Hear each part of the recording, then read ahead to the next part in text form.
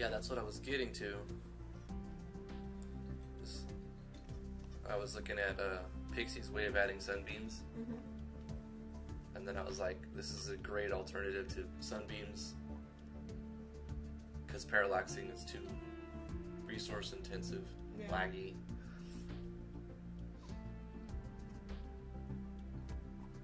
Someday I'll learn about Pixie. Just type in pixie.js. It's just a library, isn't it? Huh? It's just a library, isn't it? It's the library that Envy is built on. I like it. I like libraries. You can do lots of stuff with the thing. Yeah. I need to promo my stuff. Promo your stuff? I need to do the promos. Do the promos. Darn it. Copy the link. Paste the link. What you waiting for? Somebody keeps talking to me. I don't know who that is.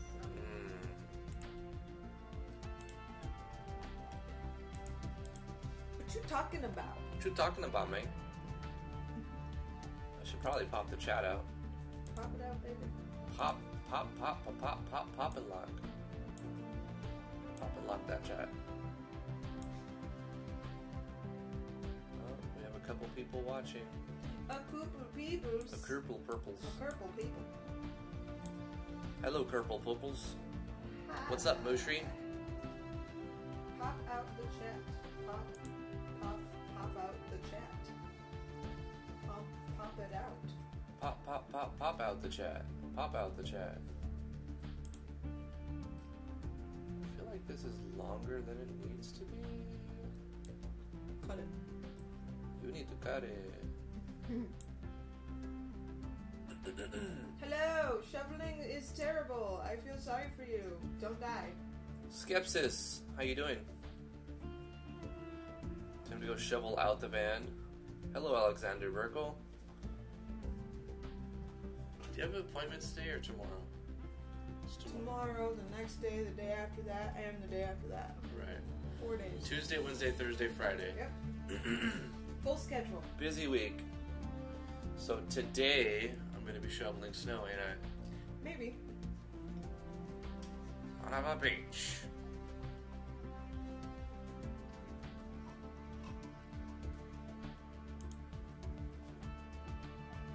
I can't help you because I'm people.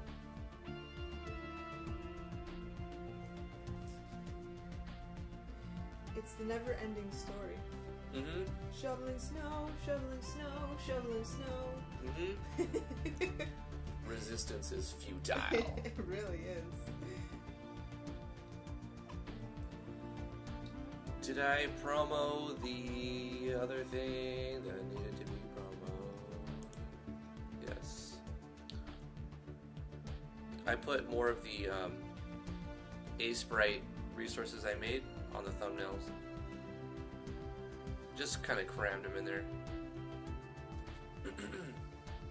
It's a party. What's up, Kay Zaman? How you doing? Wet, fluffy snow. Ew. Sounds gross, man. Everybody else is getting snow. We seem to be dodging the bullet for the most part. We got some snow last night, but not that much. Still white outside. Yeah. The What plows went by. Huh? The plows went by. Yeah, I heard him. Mm-hmm. What Me Neverending Story? It's a reference to an old movie. Oh. Say my name! You have to watch it, Christine Micah. Christian Micah. Christian Micah. Watch the movie. Never-ending story. Write it down. Go get a pen. Never-ending story. Watch it. It's actually really good. It is. It's really super duper corny, like It's effects hella and stuff, corny, yeah. But you'll love it. You'll show it to your kids in 15, 20 years. It's timeless.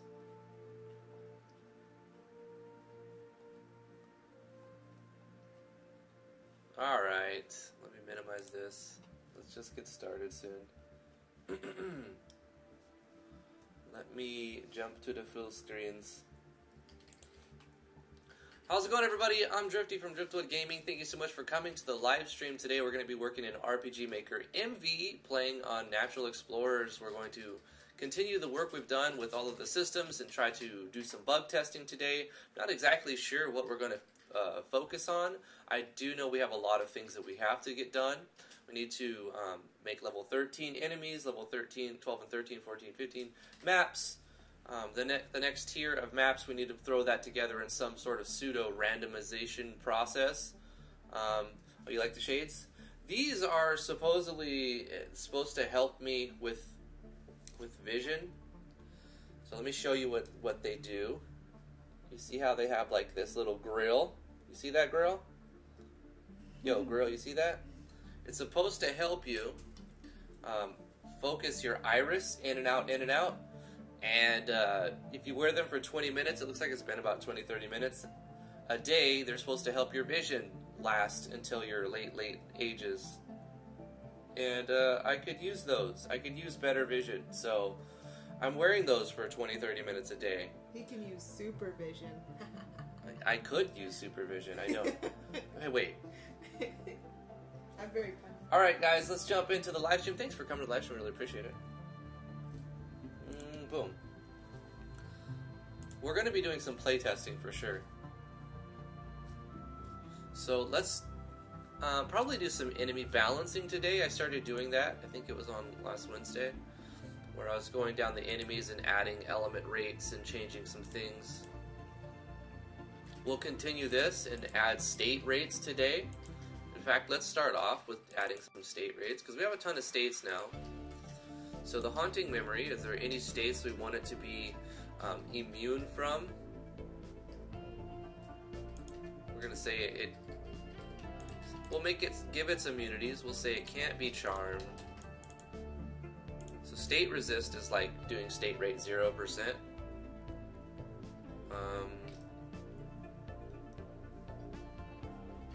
It can't be immobilized.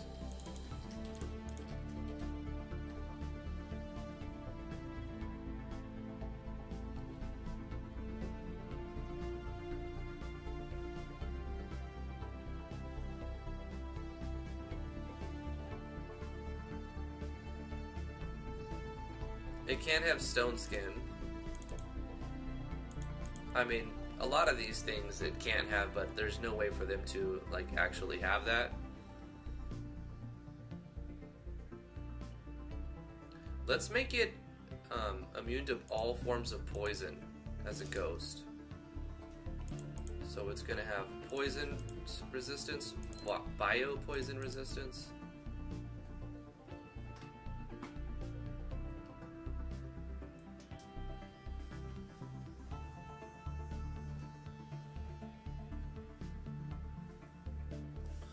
What's your opinion on pinhole glasses for vision improvement, Volpe? Oh yeah, aren't you an optometrist or No, like he's an wait, what is it called? Darn it. optotechnician or something? No. Is he like I know the word. Optician. Optician? Yes. That's the word. The word of the day. Enemy balancing. Be our 7th caller and you'll get a trip to... Enemy balancing, my least favorite part of the game design, says Guilty Slug.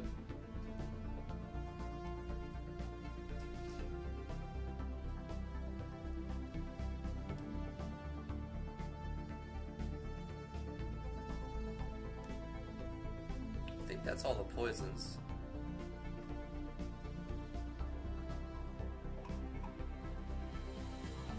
For now.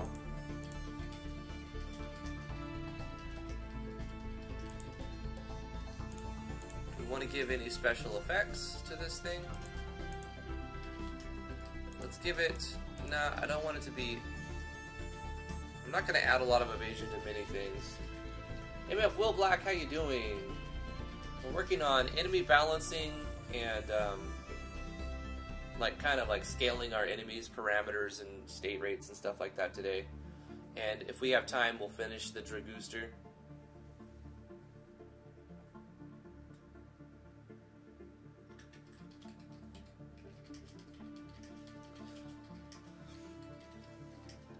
Volpe, the optician, says, I haven't heard of it improving lasting vision, however, you'll always see better through a pinhole than else.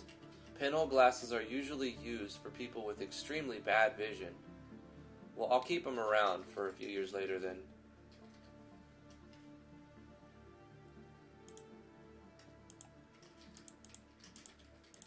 Also, something I was thinking about,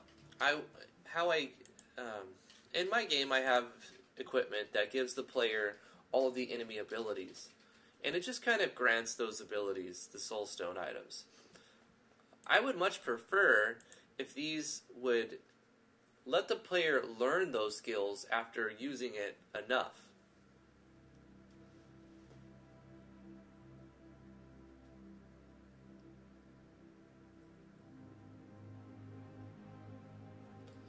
My professors always advertise a little life hack. If you're stuck in a forest without your glasses, get a leaf, poke some tiny holes through it, and put it over your eye, and you should see better. I haven't tested that. My only issue with eye doctors is when they blow air into your eyes, and it freaks me out. I have an eye doctor appointment this Thursday? Friday? Friday. This Friday.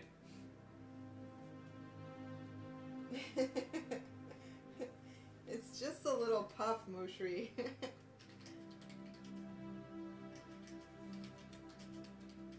Does anybody know of a plugin that's a test for glaucoma? That's what I'm going to be tested for. Because I have a tiny little blind spot over here. And it sucks. So we scheduled an appointment.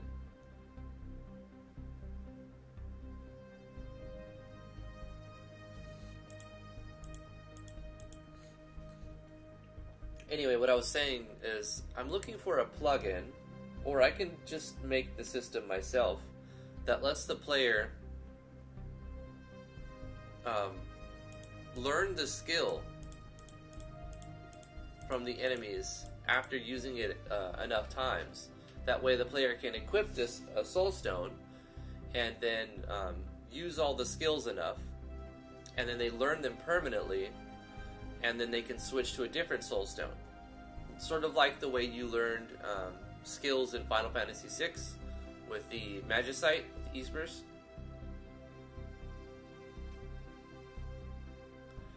Volpe says, uh-oh, that's not good. Yeah, I know. I think I may have glaucoma.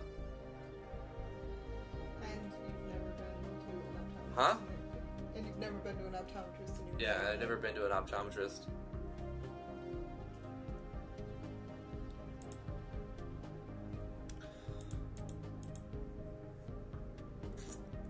So anyway, back to the enemies. How are you guys doing with your projects? Any exciting things happening in your guys' projects? Any new artwork, background music? You guys adding anything new and exciting? Will Black says, when it comes to balancing enemies, instead of choosing specific parameters, have you thought about having various enemy type states to work as passives? That way you create a sort of uniformity among your enemies, like all beasts are weak to fire and resistant to stun, or all undead are immune to darkness. Yeah, that's a good idea. Give them a passive state that controls like a slew of things.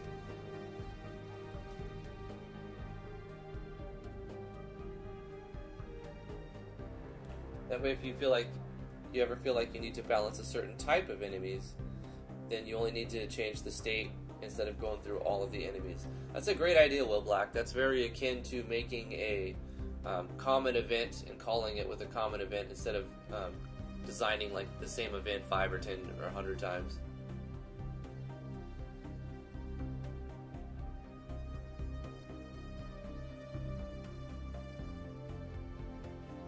Alexander Burkle says, well, glaucoma is one of the issues you can have medicinal, a certain herb associated with hippies prescribed for. It's true. Volpe says, I'd recommend if you ever have sudden visual field loss, see an optometrist immediately to diagnose the problem. Some things, if not treated within hours, can lead to permanent field loss. We tried to get the fastest appointment we could. Yeah. Because it's his first one, and a week was the shortest time we could get. Yeah, we actually scheduled 2. We scheduled one with the place, and then they said it was like 3.5 weeks away. It was like a month. It was like a month away. And we're like, okay, well, what if I'm blind in a month? So we called some more places, and I got a schedule at a different place. Or I got an appointment this Thursday? This Friday. That's what I asked, and then you said Thursday. No, I said Friday. It's on video. We have proof. Yeah. Yeah, I think you're wrong, though, which is great. Yeah. That's alright. But yeah, it's this Friday. That's why you had to cancel the first impression for this Friday. Well, not do a first impression this Friday. Mm-hmm. Yeah. You could always try the ER. That's true. Wouldn't they just say go to an optometrist? Yeah, I don't know what they would really do. Yeah. I've had bad experiences with ER rooms. I went for terrible. Dental stuff once, and they're like, no, we don't do that. Go to a dentist. Yeah. And I had like a cyst the size of a football on my face. There's a lot wrong with the United States of America has something really wrong with their healthcare system, and it needs to be changed. Yeah.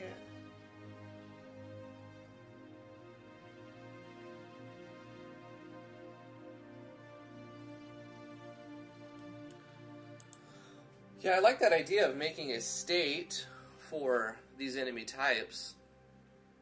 But I'd be making more states, probably, than enemies right now.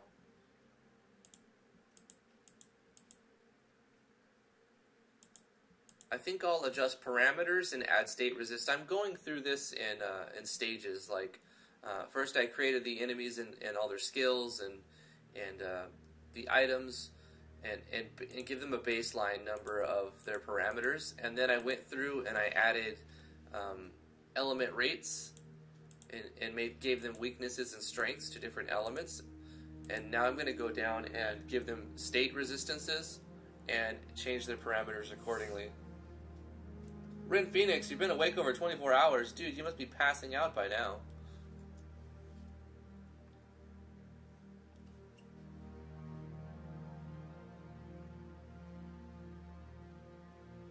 Here's a trick you can do it right now. Google Amsler grid and look at it. Cover each eye and test per eye.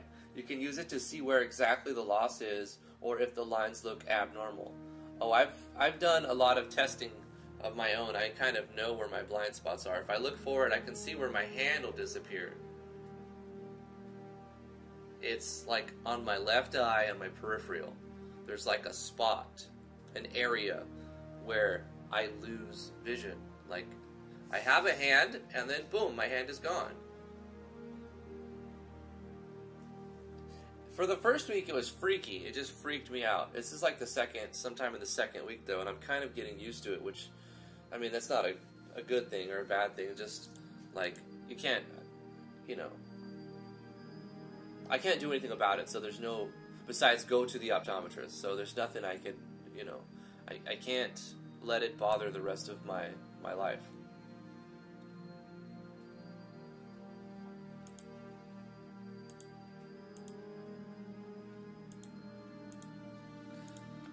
For the haunting memories, I'm going to keep their MP the same, and their HP, I'll probably keep baseline the same. I don't want my enemies to be super beefy and hard to kill, so I'm going to keep HP on the low side for all of them.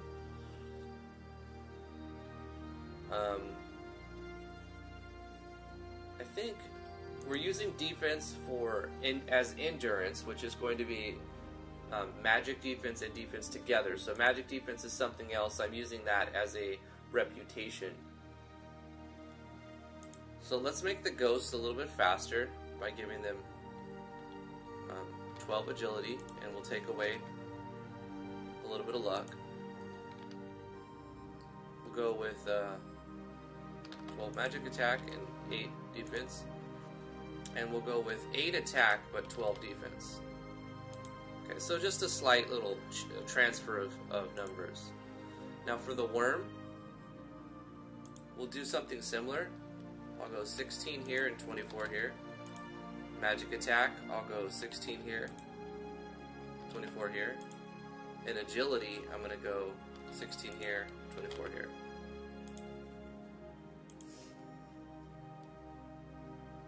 Now we have a fox.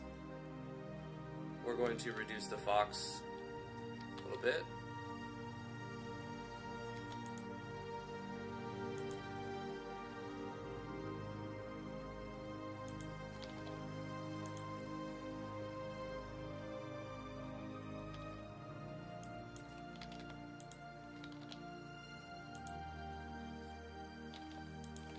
Like that. Vorpian, we're going to give this one some attack. Oops, 48. 32.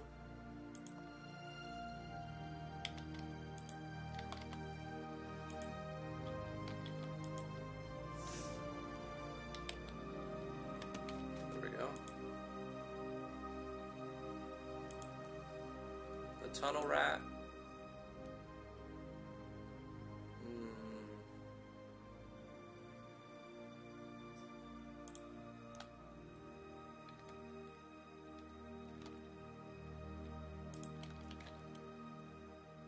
I'm just going to adjust the magic attack down and the agility up on that. A Shadow Bat. We're going to take away 12 of its attack, so it'll be 48, and then we're going to give it 72 agility. We're going to take away some of its defense and give it magic attack.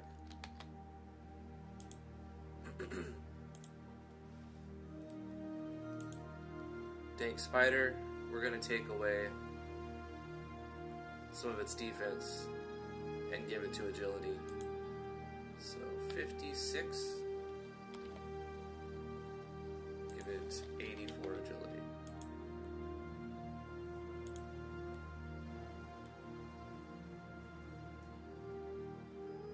Good morning, Wallbound. How are you doing? How's your projects coming along? Chimerico, we're going to give it a lot of magic attack. So we'll take away 16 from here, give it 64.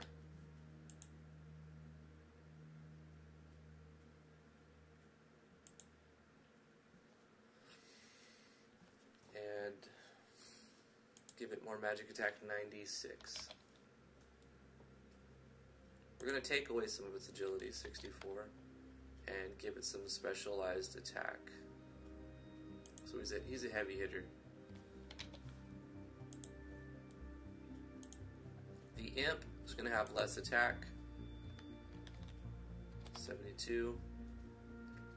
It's going to get 108 magic attack. He's going to lose some defense as well, but he's going to gain some agility.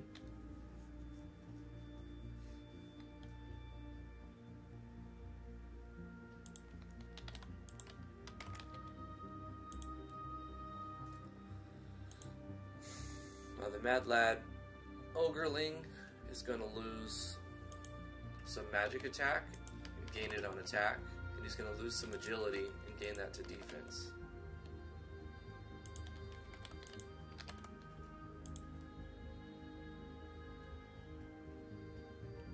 And I'll replicate that same thing for the boss.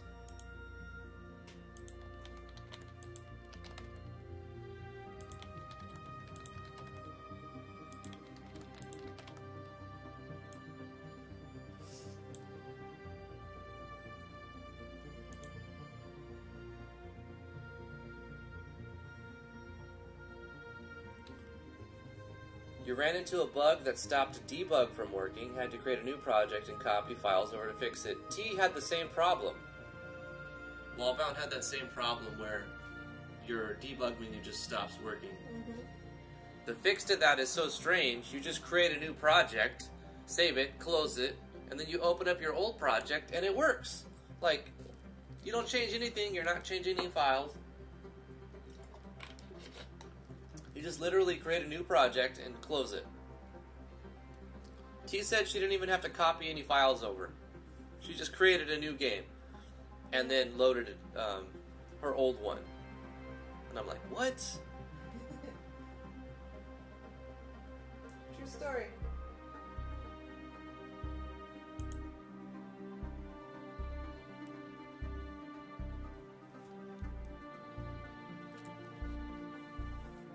22.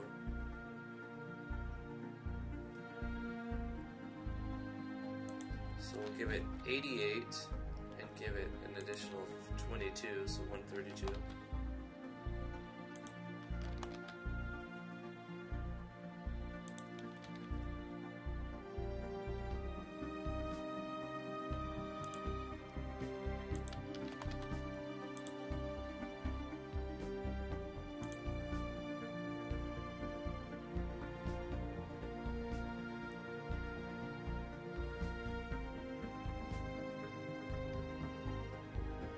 Going to lose attack and gain defense. It's 24, so that's 96. 144. 144. 96.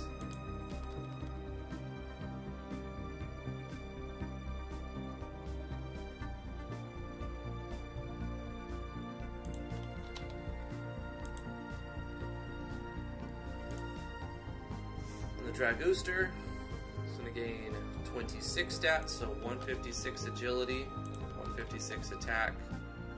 It's going to lose 26, so 104. 104.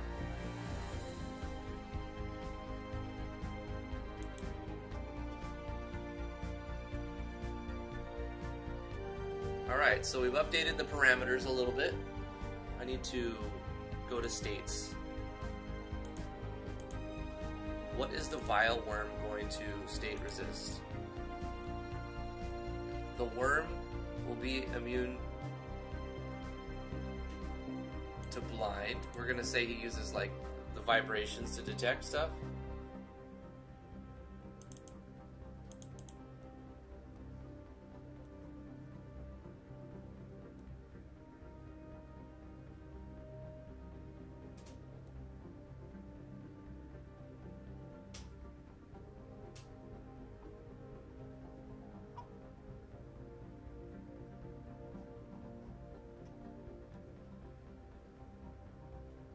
That's pretty much it. I think he'll be susceptible to most states.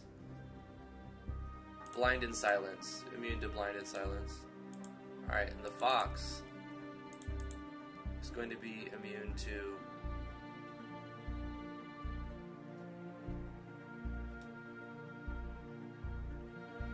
immobilize.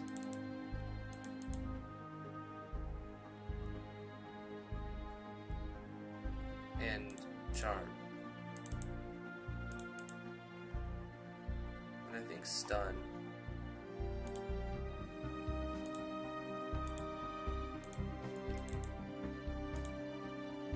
Nah, that's too strong. We're gonna just give it a couple of them.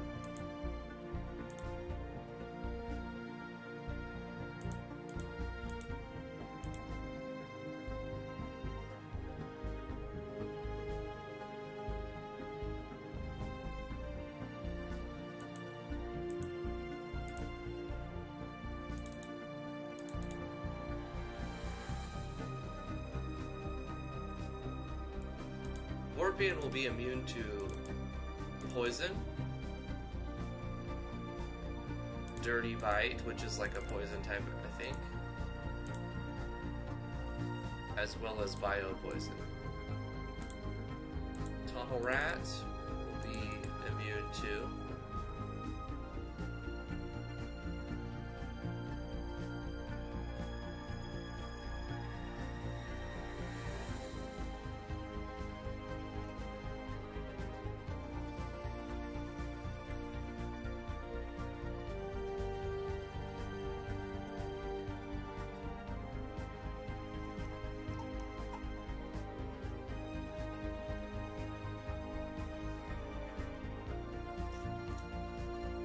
confusion, and there's another poison too.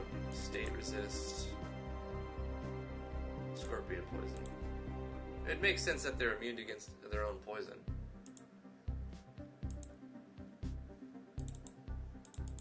I'm taking these on a case by case to customize the way I think they should work. This bat will be immune to blind.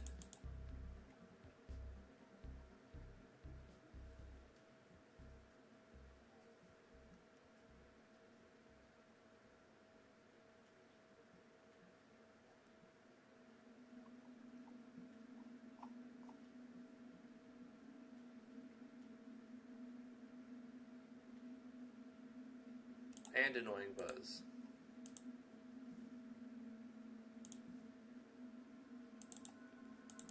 Spider will be immune to poison.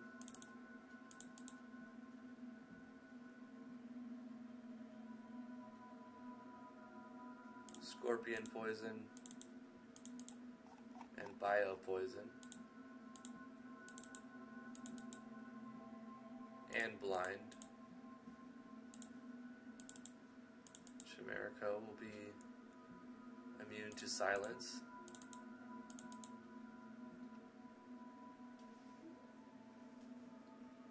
And Berserk.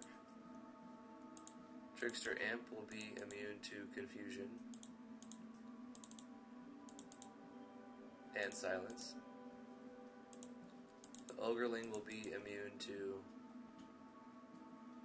stun and immobilize.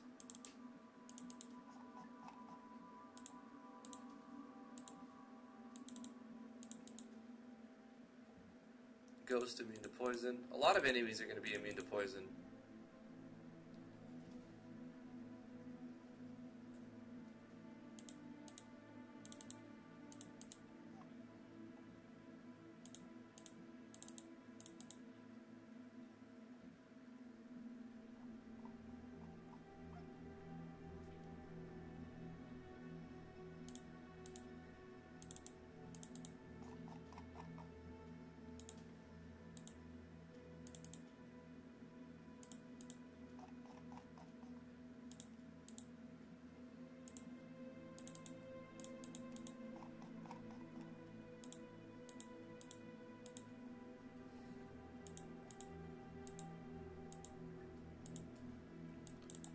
Bioluminescent Ooze will be immune to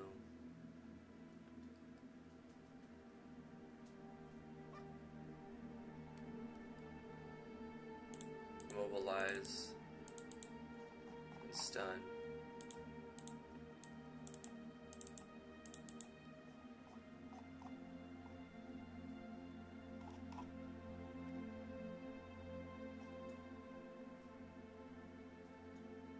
As well as webbed. Interesting for that. And this guy, the Dragooster, might as well add some standards. The Dragon, Rooster, immune to Charm.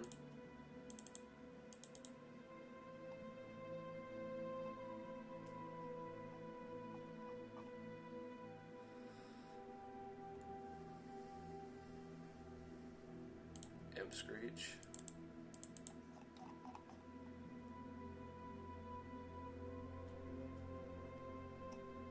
Darkwell.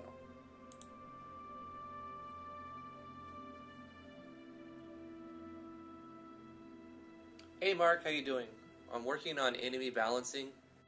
I've gone through and gave all of the enemies certain immunities, some more than others. Last week we gave them element rates to give them weaknesses and strengths. This time we're giving them some buffs by just making them immune to certain states. Also went in and adjusted parameters to move them around. So wherever I took away stats, I would add stats in another area. I went with a formula for the level of the enemy. I would shuffle around 2 times their level in parameters. So in level 1, I took 2 of their attack, put it on defense, 2 of their luck, put it on agility, something like that.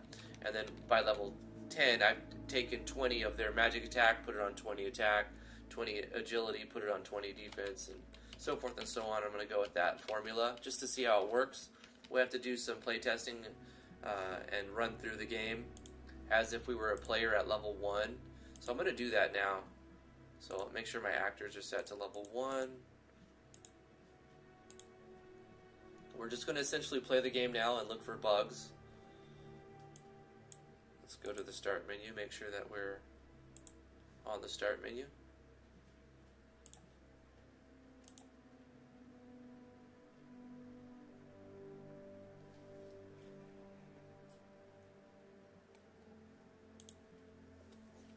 Alright. New game.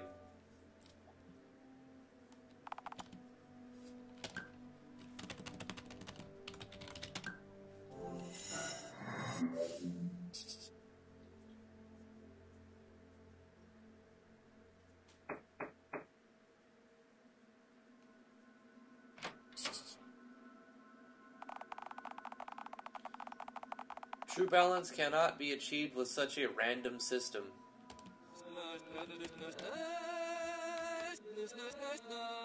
Says Heartless Angel.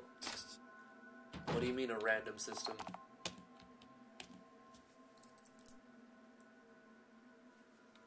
The things I'm doing aren't just random. I'm not just randomly assigning immunities. I'm trying to look at them objectively and decide what I think they would be, like, logically, what they should be weak against, strong against, immune to. And then, like, should they be, are they more of a faster, quicker, agile one with less attack? Or, you know, do they have more defense? Would I look at this as having something that's more of a tank? Or more of a... It's not random. And this is a baseline for changing later.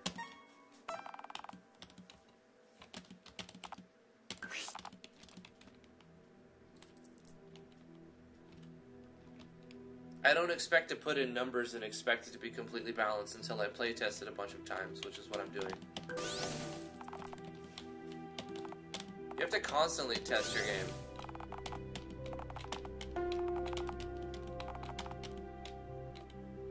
You have to play your game and pretend you don't know all of the secrets and like, if I miss this, was the game going to be the same? If I miss this, is the game going to be the same?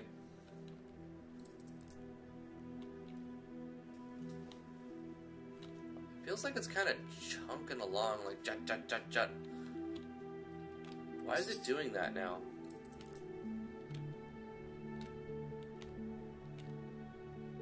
It doesn't feel like smooth. Do you see this? Press F2, look at your frame rate. What? Look at your frame rate. Press F2. That's weird. It's higher than 60. Yeah.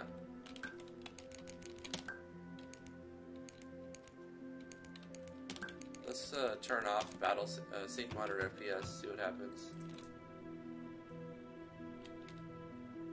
Essentially the same thing. It's kind of running faster though.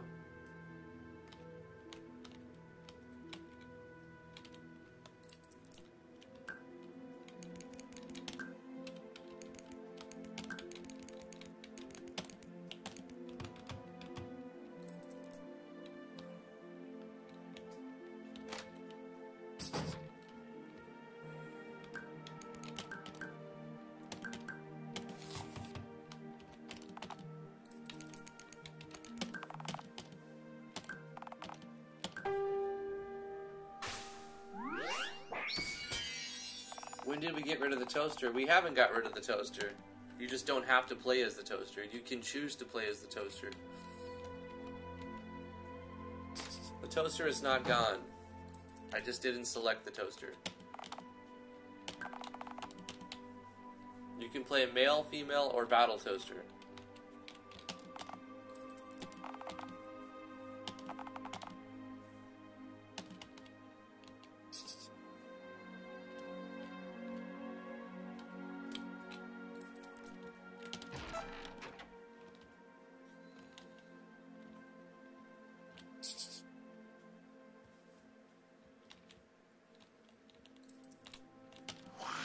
Did I ever download the Jinx sprite? I have several Jinx sprites. I believe I did. I haven't gone through and changed it on every spot though.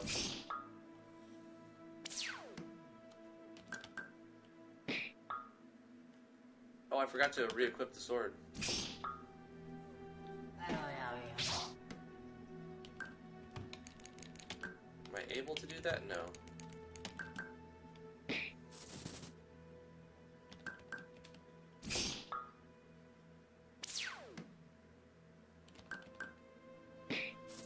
Ah, yes, the three genders, male, female, and toaster. Weapon unleashed.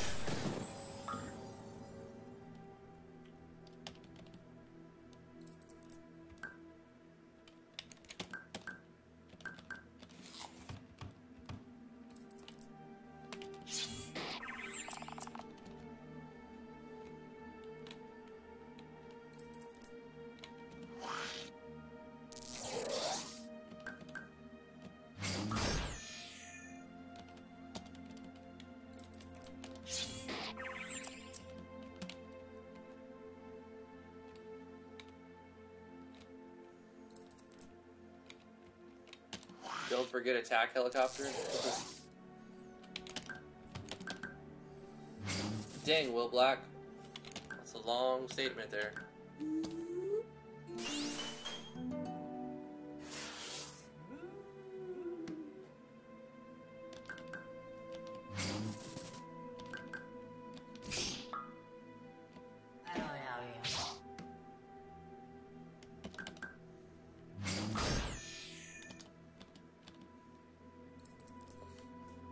The trick isn't about perfect balance, since there is random number generation. The idea of balance has to do with baseline of how difficult a thing is compared to what the party will be when it's reached. It can be further tested and played to ensure that things work in practice as they are intended in theory. Also, randomness isn't as big of a deal as people think. Just because some numbers can make you miss 153 times in a row, the chance of that happening is so insanely low it doesn't matter mathematically speaking. Says MF Will Black.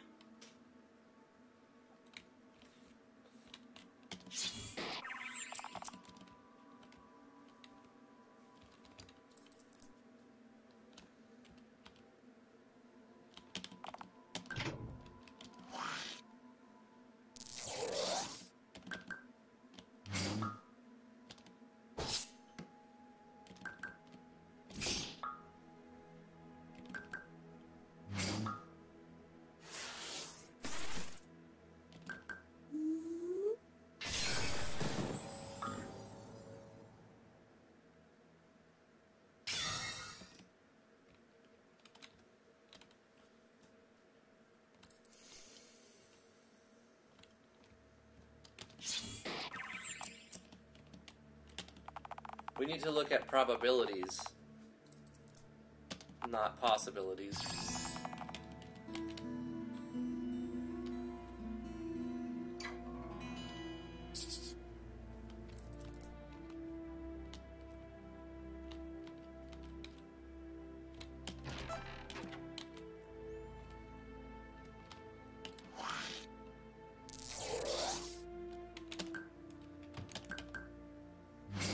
Alexander says, I was hoping the toaster would just get lamp, radio, and vacuum cleaner friends for their party.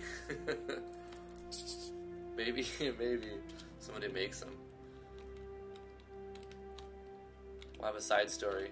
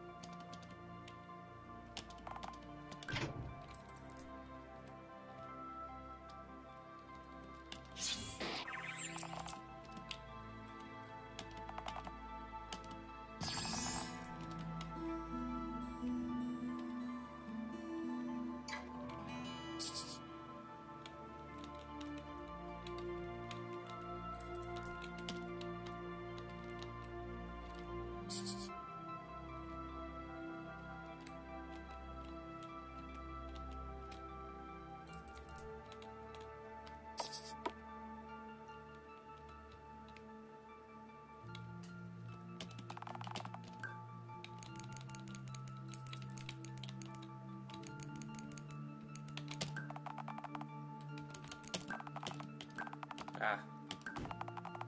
What? You placed your 0x strange liquid up for sale. Did I just find another bug? I did.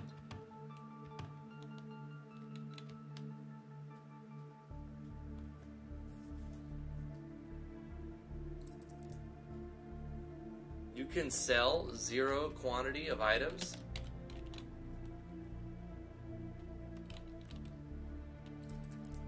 It didn't actually consume the item, so it didn't take it. Is it going to give anything at the end? What's going to happen when this item's, the 0 quantity of item sells?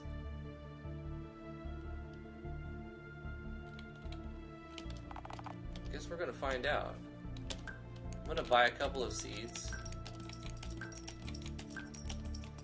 And I'm going to plant.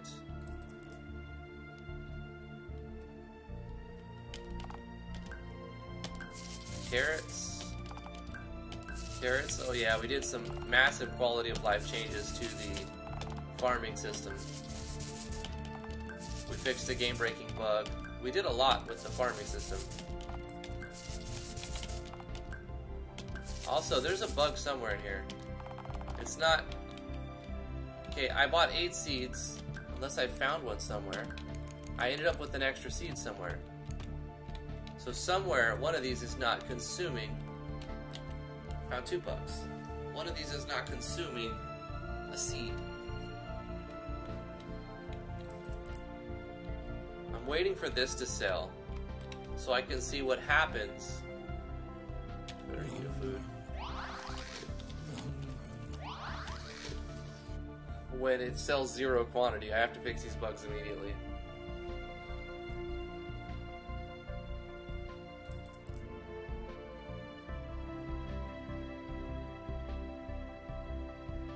We have progress bars now for our farming system.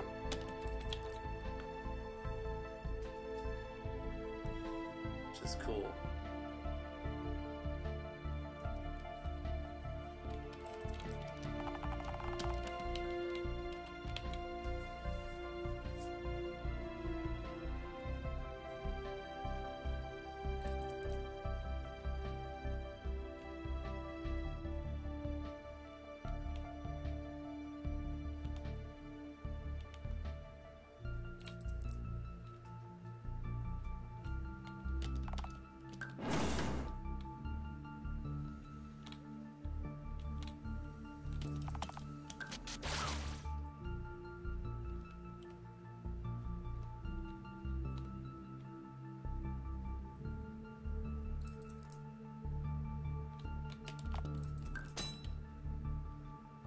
Your auction of 0 strange liquid has sold for 0.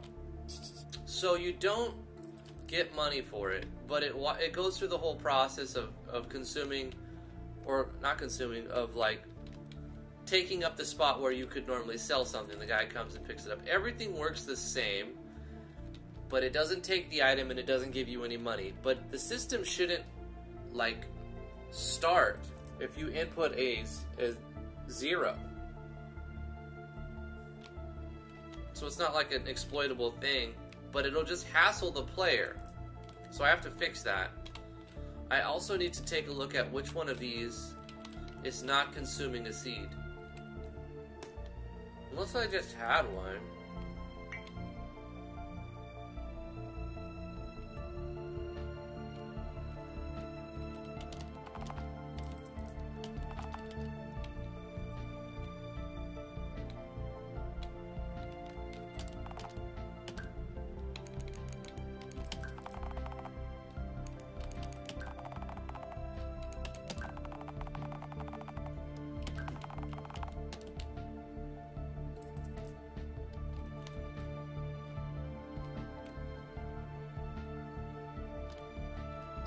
Okay, let's start without, we'll go through the dungeon.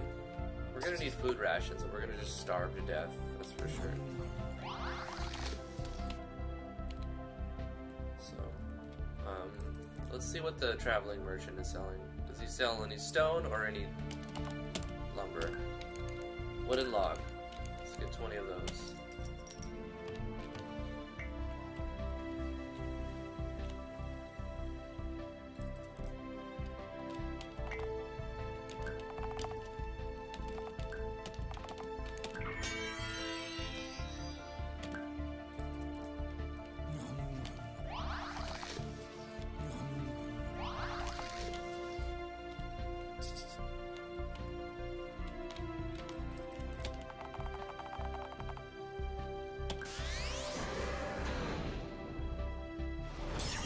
Can you not see which veggie is growing in each plot? Maybe I need to add that as well. You can after it's done, but while it's growing, it just says the plant is whatever percent.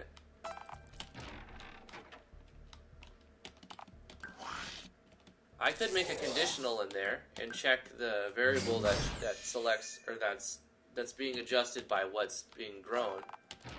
Also, I want to make Bambi here do something interesting.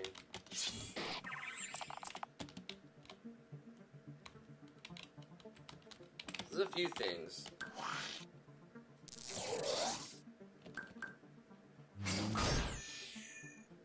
So I'm going to stay on this scene because it's kind of like pausing all the timers right here.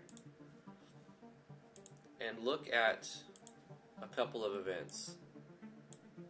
Let's go to the village building system.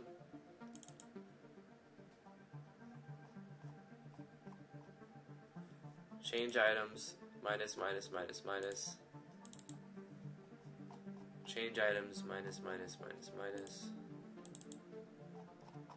Minus, minus, minus, minus. Cabbage, strawberry, potato, carrot. Maybe it's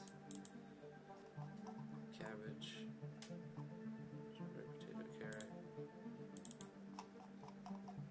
Cabbage, strawberry, potato, carrot.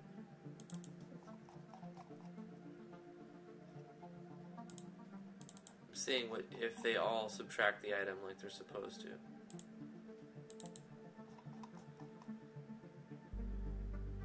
I mean, it's possible I could have found one of those seeds.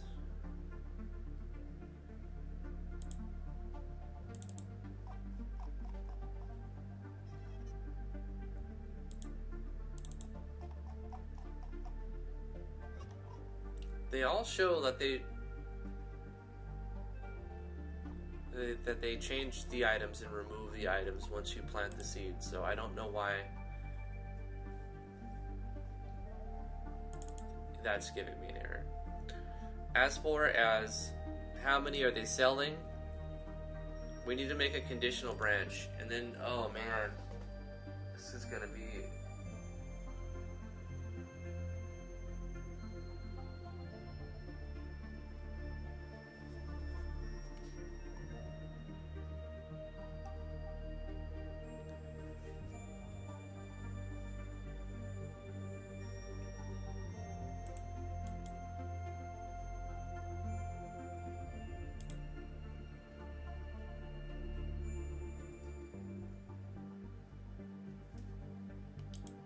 I messed something up that I'll have to go through and cut, paste inside of 70 or 80 things, and don't I? Because you can select 0 as a quantity and it runs through the cycle of taking up the spot and trying to sell a quantity of 0. And I see it's right here. All we're checking is to make sure that they have at least as many as they say they want to sell. And 0, when you put in, it's going to the player's always going to have at least 0 of an item, right? So we need to do another conditional after this one.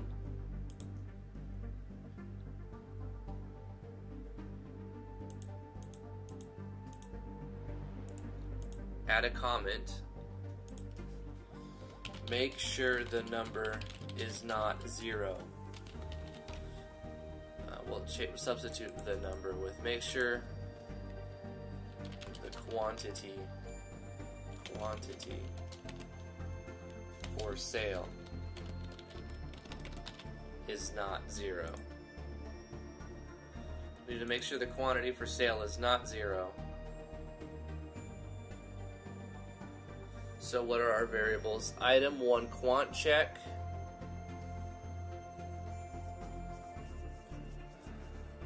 This is going to be a nightmare. It's a simple solution.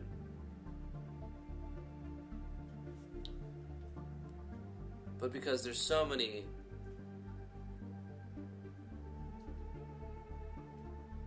instances of this, that it becomes frustrating. If there was some way I could take this information and put it into a plugin, that would be the way to do it. What numbers would even be changed? Well, you know what? It's too late. I'm already too invested. I just have to do quick fixes. And it's not complicated to quick fix this. It's just annoying. Time consuming. It's just going to be a lot of work for a little bug fix. But but I have to do it.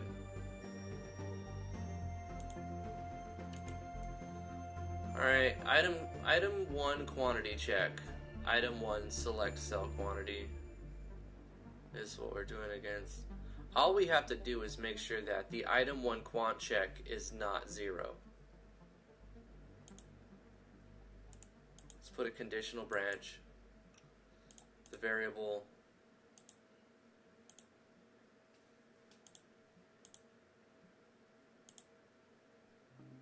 item 1 quantity check.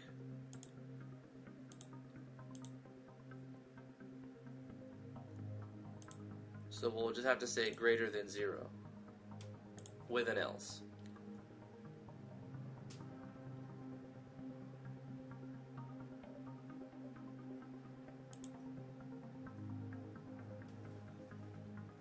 So if the item 01 quant check is greater than 0, then everything else happens. Everything else, which is all of it down to here.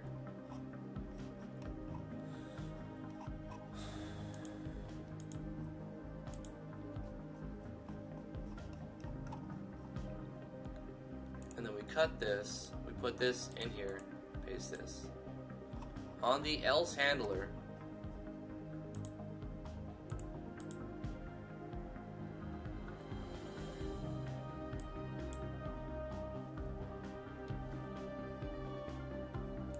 we do text.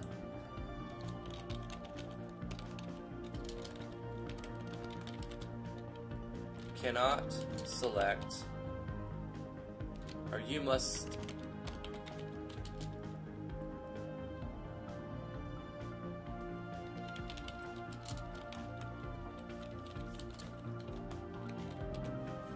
select a non-zero quantity.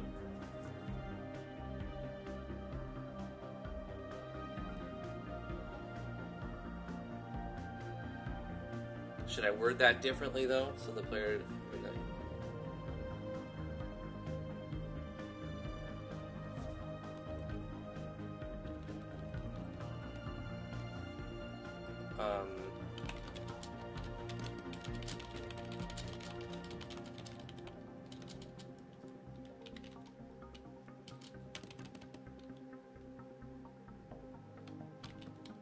To start an auction.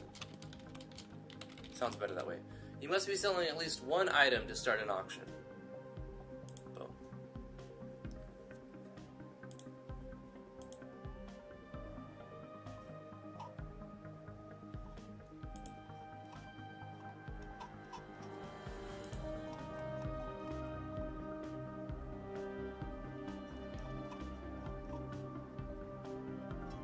And you think, oh, well, that's it, right? I mean, that's easy fix. But I have to do that for every item.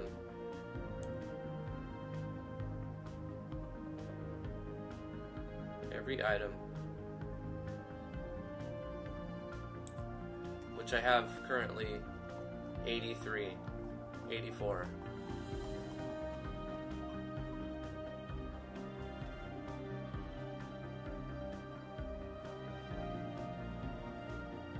Let's test it with the first item just to make sure that's going to work right.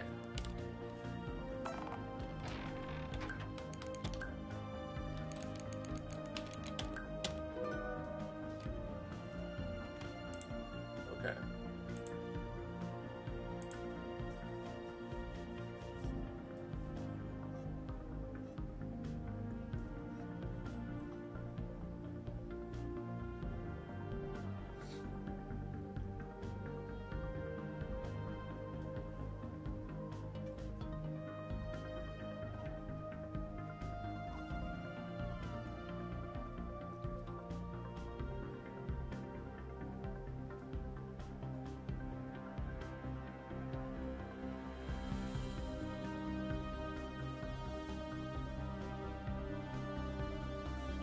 It's not an endless money bug, Heartless. You get 0 money. It just, all it does is hassle the player.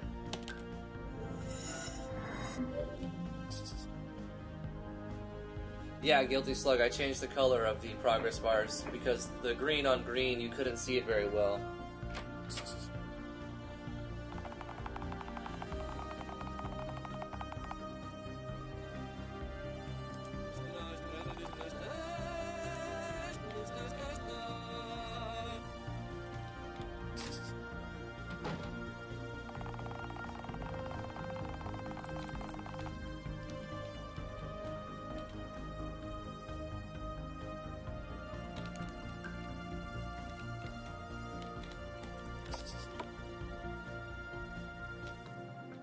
Yeah, I mean, I already knew immediately how to fix it. I was just wondering, like, is there a better way? Is there an easier way? Or am I going to have to put in that fix for every item? And unless I redo the whole system, like, as a plugin, I'm just going to have to, like, get the system right and then propagate it. See, I went through a lot of testing, making sure that you have the quantities.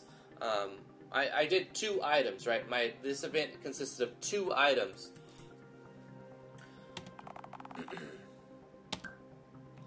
And then I did a bunch of testing to try to break it in every possible way, but I overlooked that way. So I'm like, okay, we got everything, and then propagate that system for the next 82 items. And it was pretty good for a while, until I found that you can try to sell 0 of an item. You won't make any money, but it goes through the system, which it shouldn't. It shouldn't. So I need to make another condition checking to see if that number is greater than 0, not just greater than equal to the number that the player input. Which means I need to do what I just did. Can you buy also quantity of 0? No, you can't buy quantity of 0. This is item. This is the auction house where you sell your items. So you have to input the item you want to sell and the amount you want for it, and then the quantity of how many. And everything has been tested extensively, but I've overlooked the bug that where you can sell 0. You get no money, so it's not like an exploit. You get no money, but it ties up the system because you can only have one auction at a time. So if you accidentally sell as a quantity of 0 item for the next 2 minutes or 3 minutes or 4 minutes, you can't sell anything else. So it's a hassle to the player, and it's a stupid bug, and it shouldn't exist. So I'm going to go through the time and effort to add a conditional to 83 more events that stops that from happening. But I need to test that what I'm doing is going to work correctly before I do that and propagate it 83 more times. So we're going to sell it for a value that it would normally take. Like, yeah, you can sell it. How many are you trying to sell? 0. Are you sure you want to sell? See, that didn't work for some reason. It's still trying to sell 0.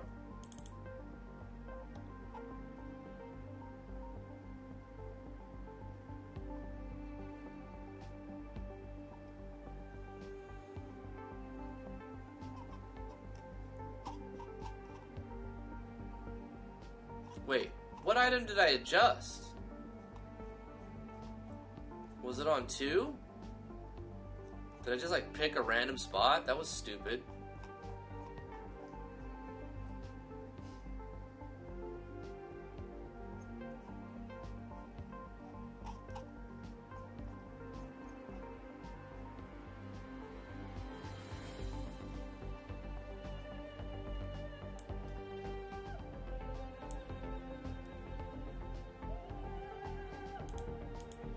Whatever, I'm going to start at the top, and I'll be doing that to all the items anyway, so let's make sure that this works.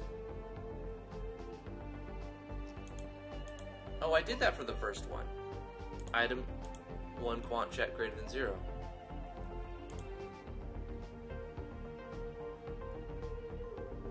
Oh no, it's not quant check. It is the select cell quantity. See, this is why we test it. Can you imagine? I did all that 83 times and then have to come back through here and go through the 84 again just to change one thing. That's why I did most of the bug testing when I only had 2 items listed. So we need to select the right variable, item 1, select cell quantity, make sure that that number is greater than 0. If it is, it continues on. But if it's not, it'll immediately tell you. If you select a number that's too high, it'll tell you you don't have that many. If you select 0, it'll tell you you must be selling at least 1. It's just an oversight, and I'm going to pay for it by today's progress. So, it's whatever. I mean, it's part of game design, right? But I need to test it and then propagate it.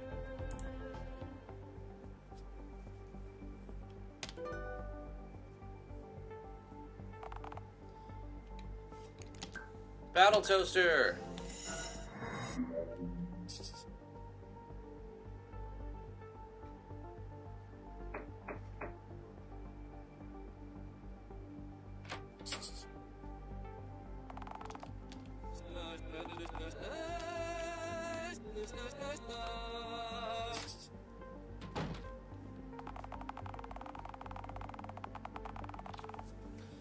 Volpe says, I feel like this would be incredibly simplified by just saving the selected item ID of whatever you select as a variable, then go through the process using that variable.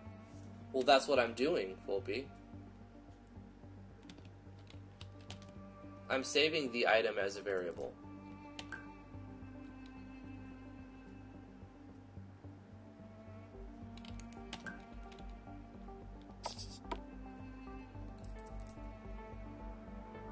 The variable number is its ID number in the JSON file.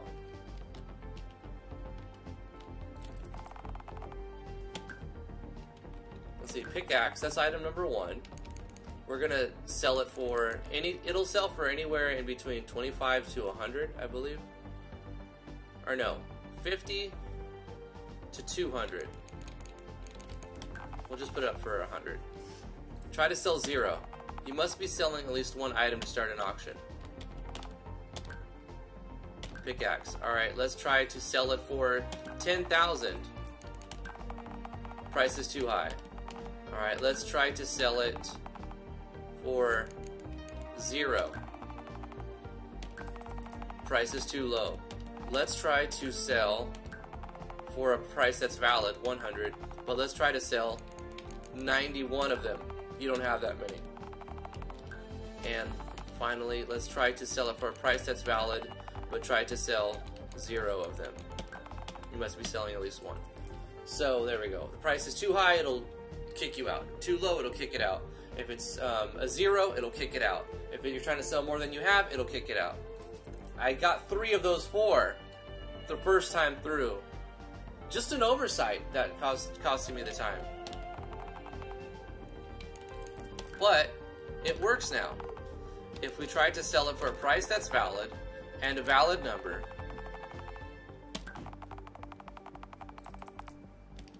I do need to make sure that it still works with this change. So I kind of have to wait around for this to do its thing and sell. Let's see what the traveling merchant is selling. And make sure that I get money for it. Raw meat, huh? Let's get some raw meat.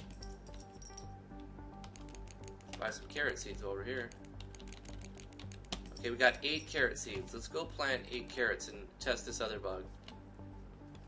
I'm gonna be checking in between every one. Plant 8. Okay, we put one there. It took a seed. Okay, we put one there. It took a seed. We put one there. That took a seed as well. Okay, 5. That took a seed as well. We should have 3. Oh, I didn't check. We should have 2. What? Should have 1. I must be pressing enter too fast. But now we should have no more carrot seeds.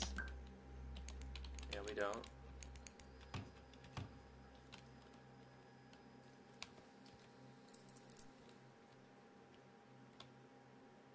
Let's buy the lumber mill.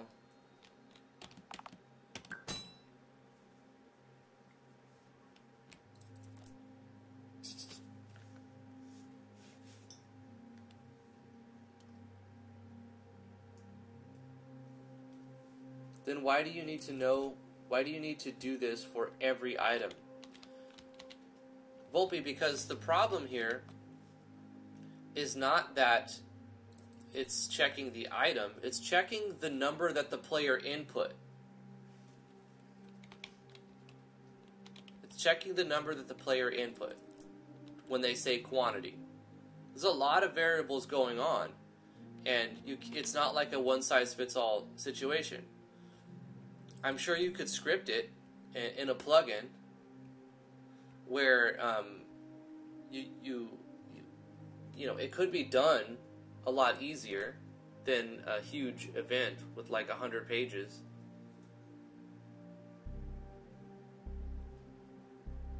But at this point, you know, I've already got all that in.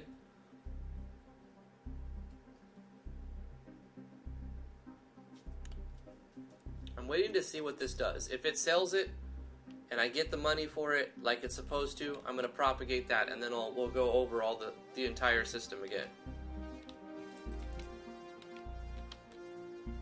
Well, it's using a common event too. The common event is controlling its timer and resetting things. It's a little more complex than it seems, because you're giving the player the option to pick any item in the game. It sold for 1 and I got 103 coins, and I actually did get the money too. Okay, so that works. So let's look at the system. At the beginning, we're going to prompt the player to sell an item, and then we're going to give them the text to say, would you like to place an item up for sale? Then you show choices, and it's going to let the player have a couple choices. Sell some stuff, and not yet, right? If they say, let's sell some stuff, it's going to open up the select item. It's going to pick an item, and it's going to store that item as a variable. In the variable, I'm calling it item selected for sale. Right? So we're storing that item that was selected as a variable. And then we need to check which item was picked. And this was the first item. So if that variable is 1, we know that it was item 1. So that's how we're addressing that variable. And then we're going to select the price for that item. So we show the text, and then we input a number. We let the player put in a number with 5 digits. The player is going to select a price.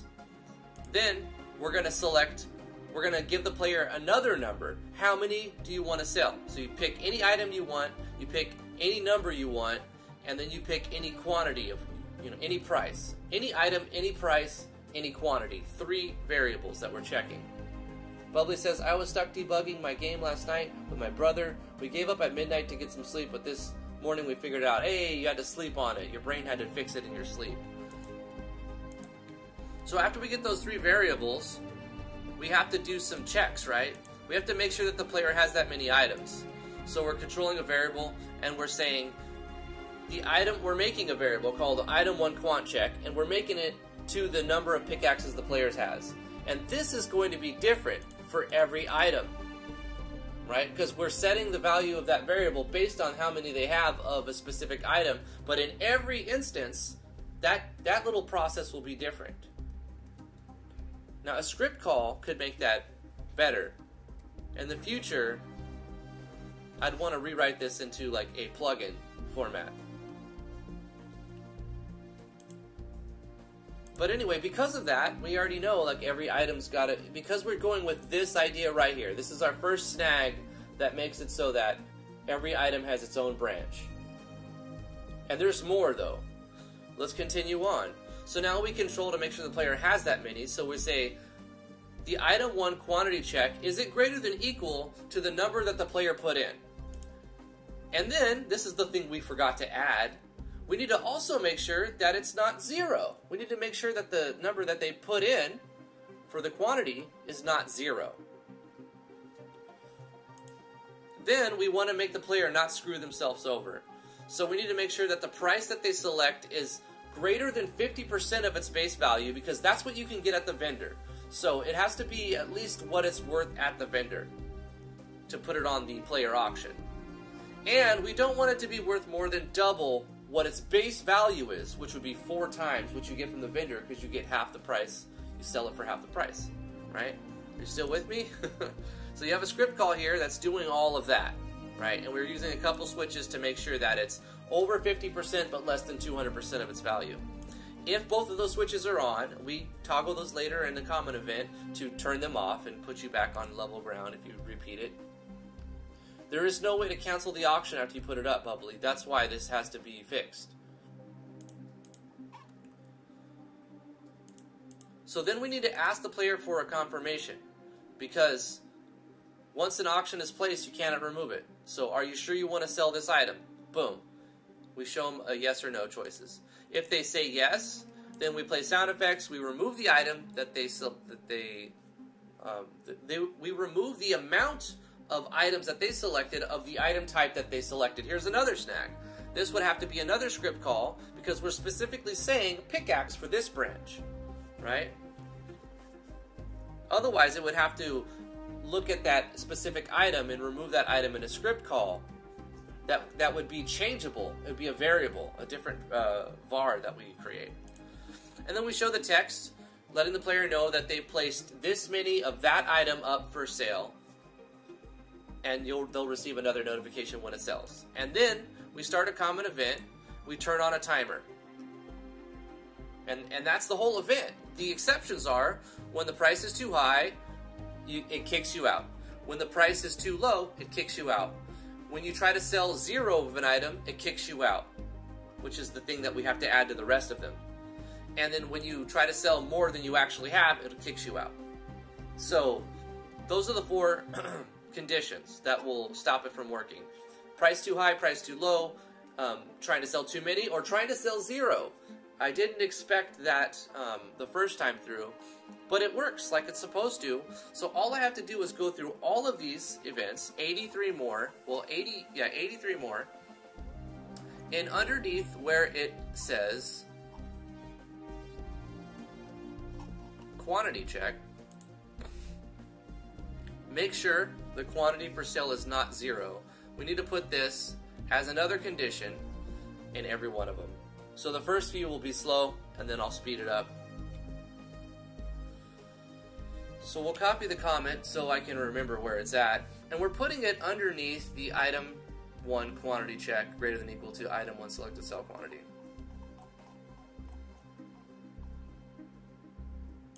Boom. So make sure that the quantity for sale is not 0. We do another conditional here that's got an else handler, and we select item 1 selected sell quantity. We make sure that it's greater than 0. And when it is, we take all of the remainder of that content until the next item. Dang it.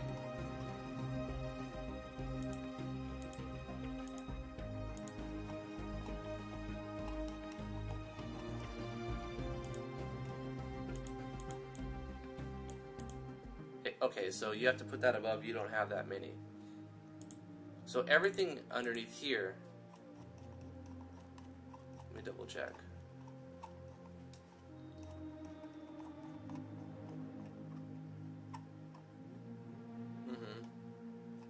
Because that's another else handler.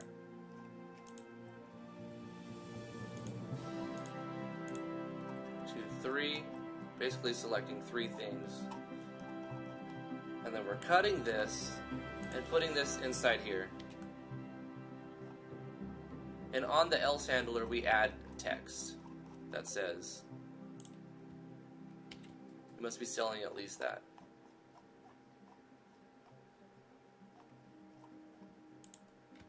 Must be selling at least 1. Okay, so that's the process. It's messy. It's high chance to mess something else up, but it's whatever. You know, I dug this hole, so I need to get out of it.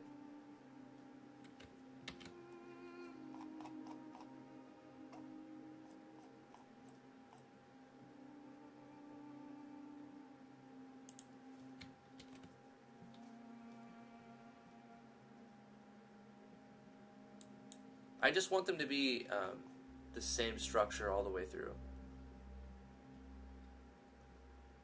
Make sure the player has that many, make sure the quantity is not 0. If, comment, if, comment. If, comment, if, comment.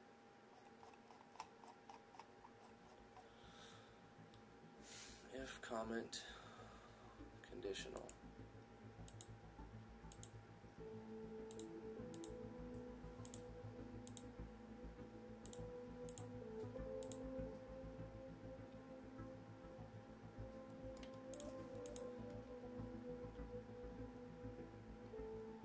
Two, 3.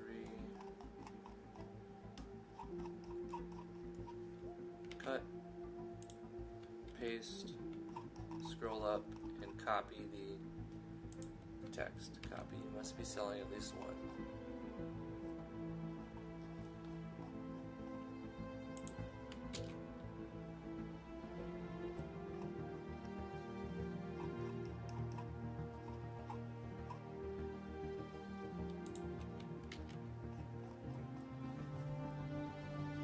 Alright, so we're on 4.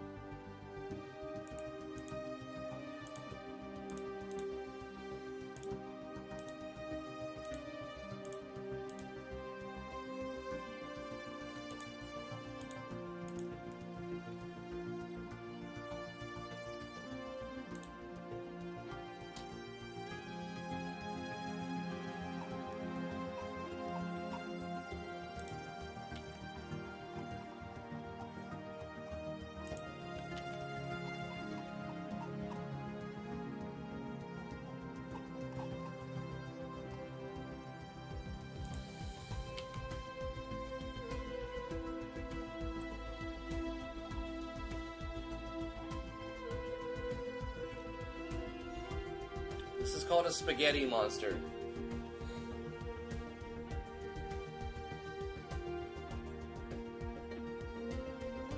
On the bright side, you figured out a fix. Yeah.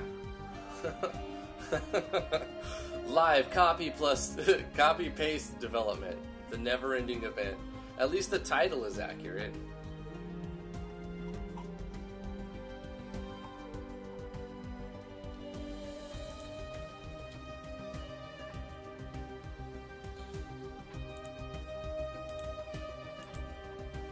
If comment, if comment.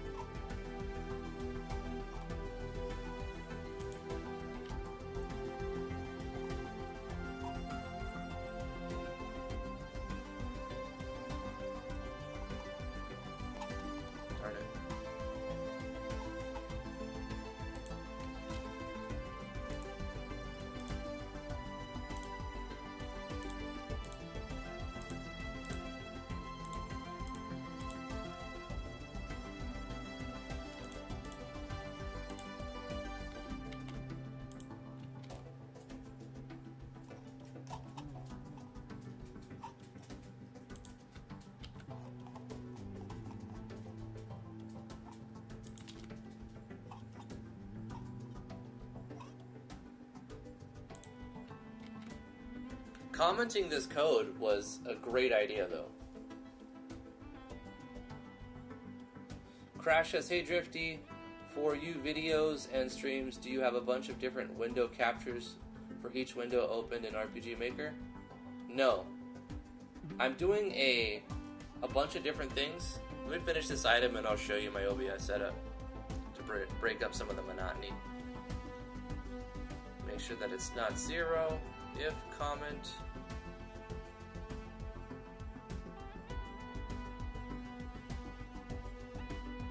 Did I put this in the wrong spot? No. If comment.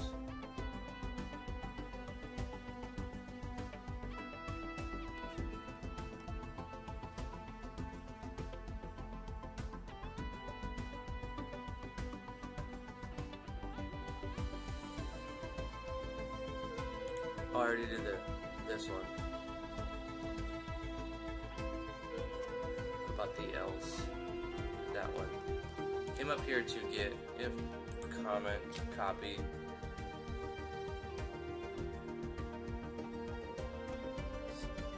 Got the else. I'm on 7. Okay. So Crash, here's my Streamlabs OBS setup. And I guess I will have to go to this thing. Whoa. Whoa! I have all of this set up right here. I guess it's just a monitor capture. It's a monitor display capture. And then I have elements on top of elements on top of elements. But like every window for RPG Maker is not its own thing. Everything on my screen is one thing. And then I have a bunch of presets that I've put in. So I have the starting soon. We have the thing with no webcam. I have the live with the webcam. I have full screen, intermission, and then be right back. But it's just a monitor capture, yeah.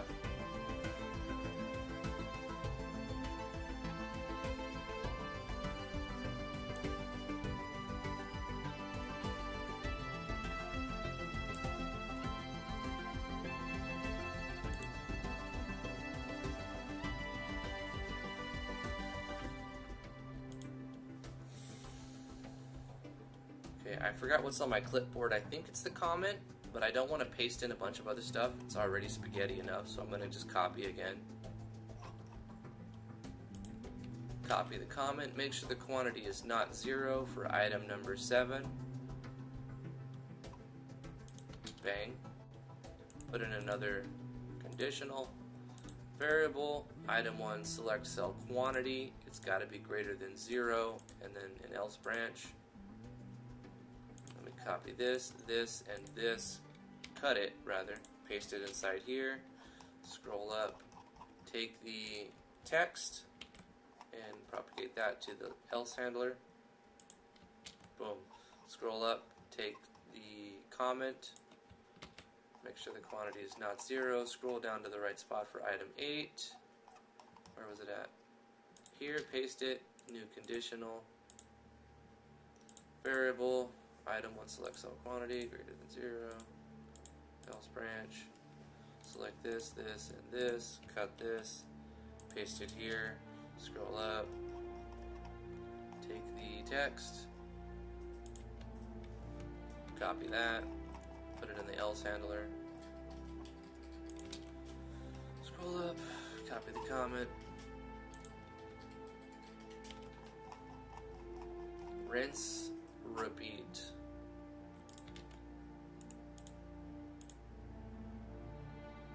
As I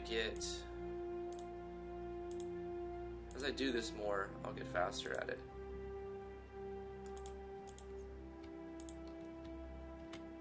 I'll purposely try to slow myself down so that I don't make stupid mistakes.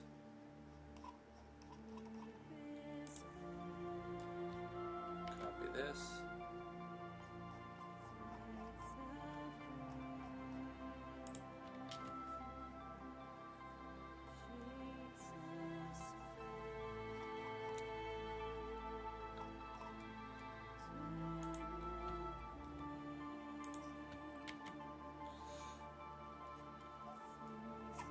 No problem, man.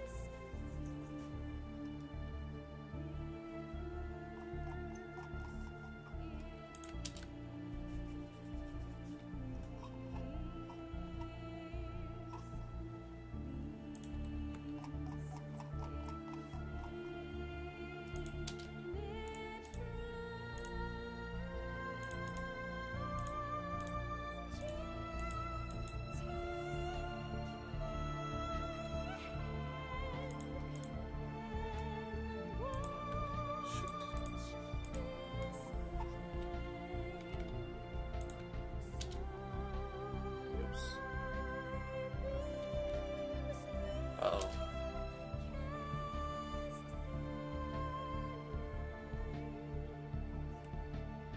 Wow, I'm glad it didn't, I accidentally copied a blank line. I'm glad that didn't overwrite the last thing I had in the clipboard, which was a whole chunk of code.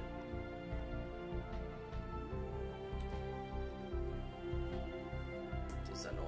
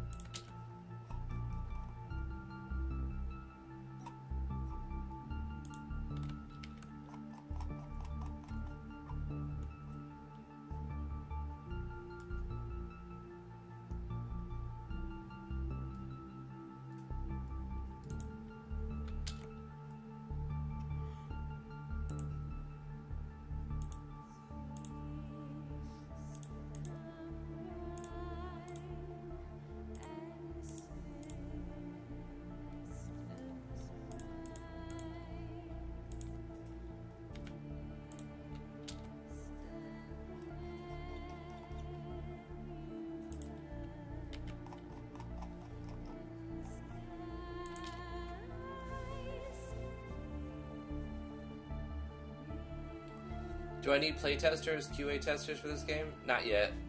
It's got way too much to be done at this point.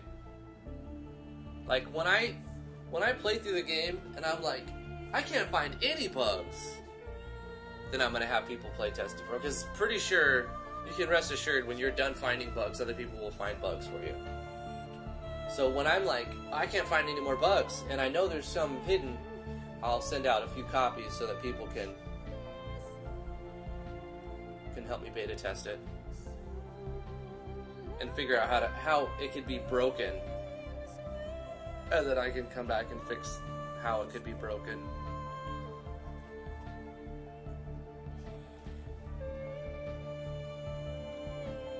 Right now, there's enough ways that I know how to break it that I need to fix those before I send out copies.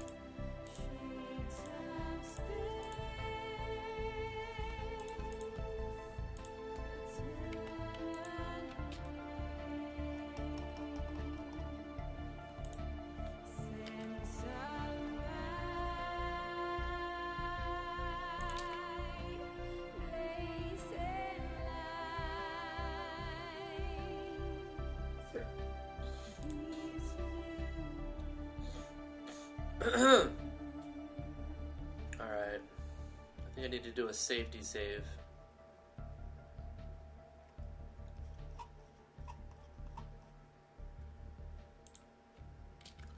We're on item 16 now. I'm going to scroll down to 16. Okay, save the game. Jump back into it. Go to item 16 and let's resume.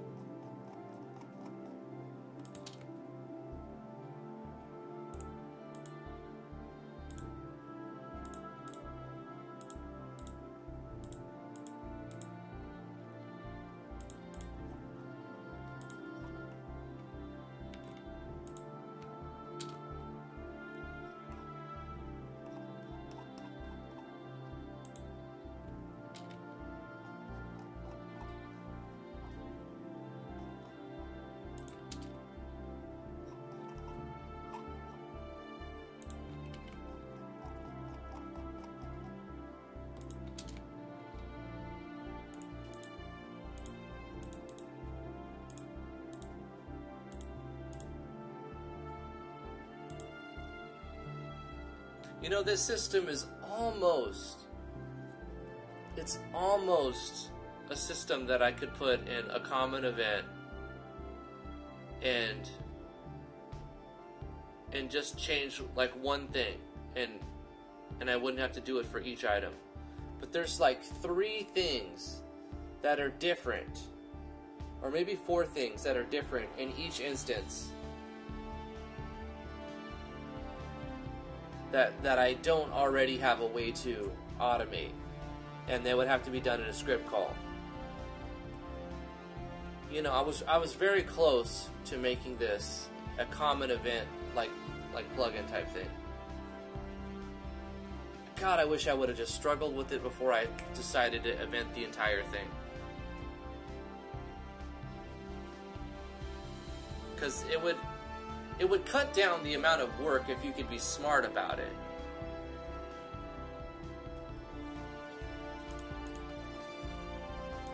Hindsight is always 20/20.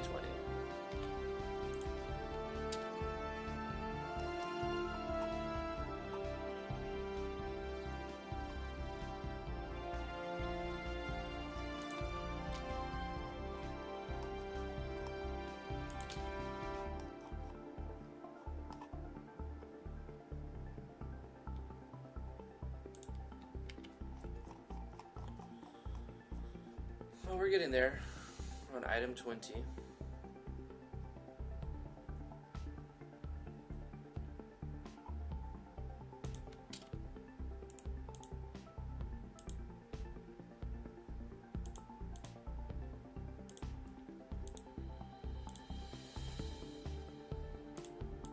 This is gonna take like an hour.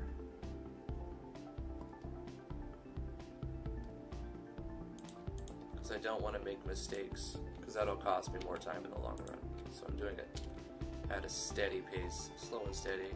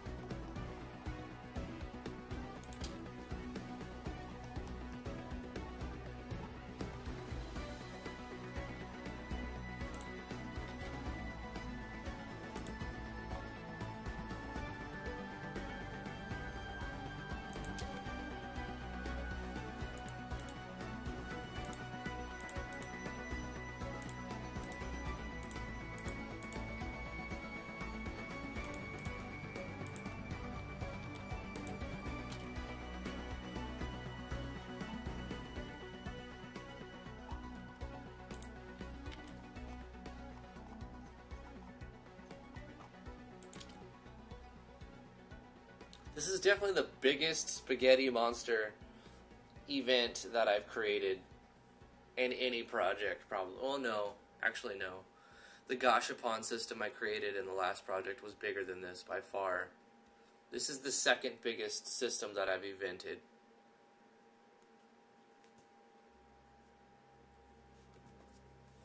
And biggest by meaning the amount of like entries into contents.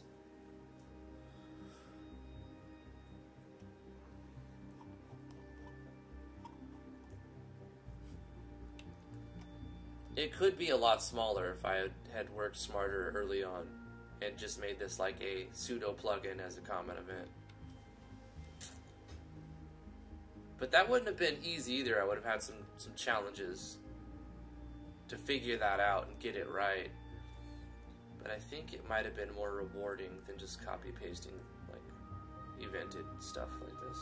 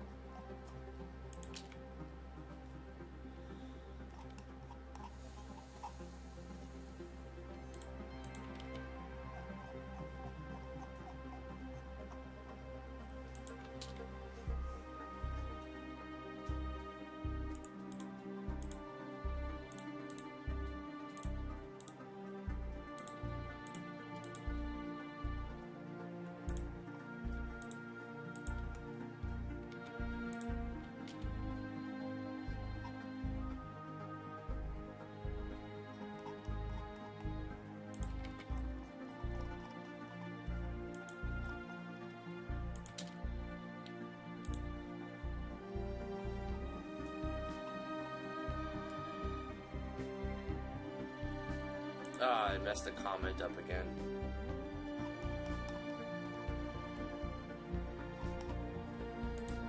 Copy. Make sure the quantity is not 0. Make sure the quantity is not 0.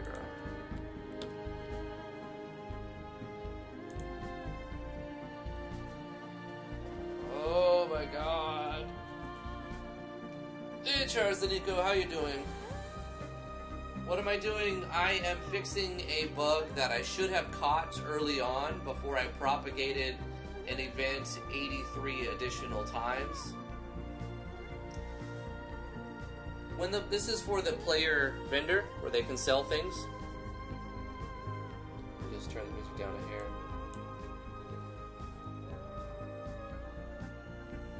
The player vendor is a spot where the player can select any item in their inventory, sell any quantity that they want, that they have, for...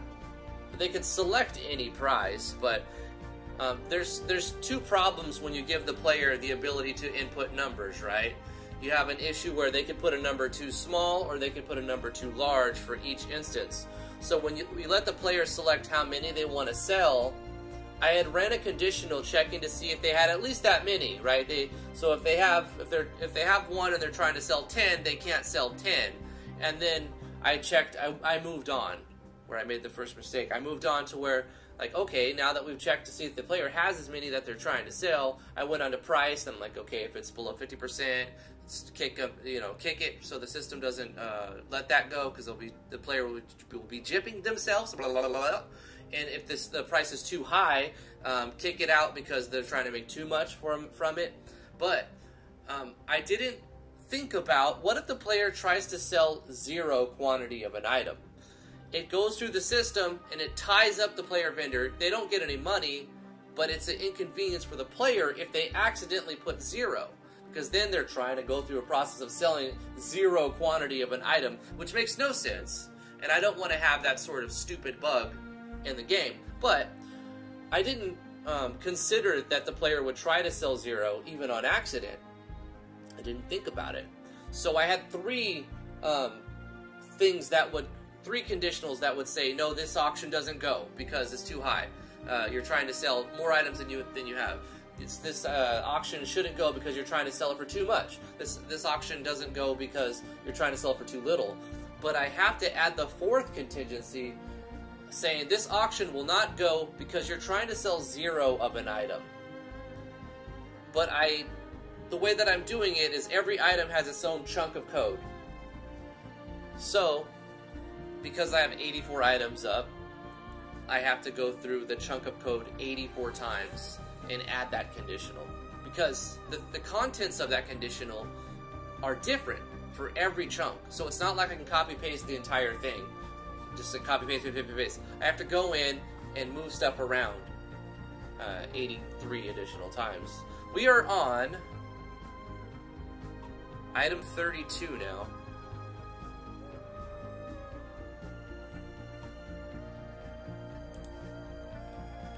So we'll do a safety save.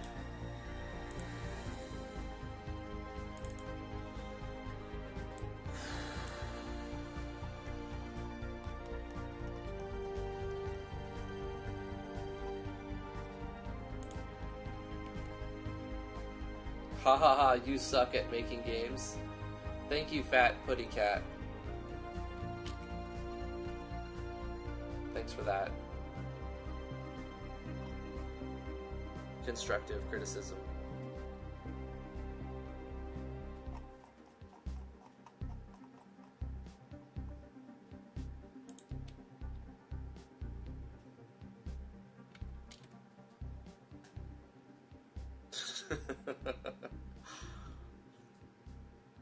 It was a sucky oversight, though. I'll tell you that.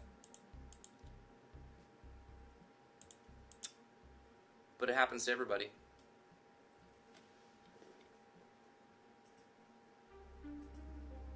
Make sure it is not 0. Let's get back into the flow. It'll be done before you know it.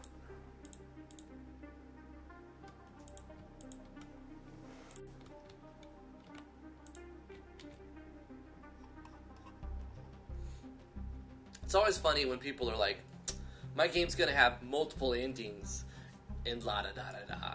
And I'm like, really? Do you understand what goes into multiple endings?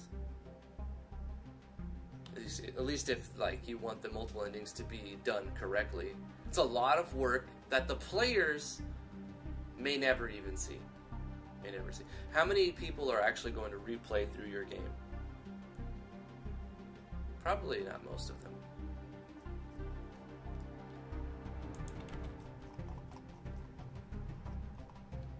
Everyone likes to think their game is awesome. Oh yeah, people are going to want to play through it multiple times. You'll be lucky if they don't quit after the first hour and never look at it again.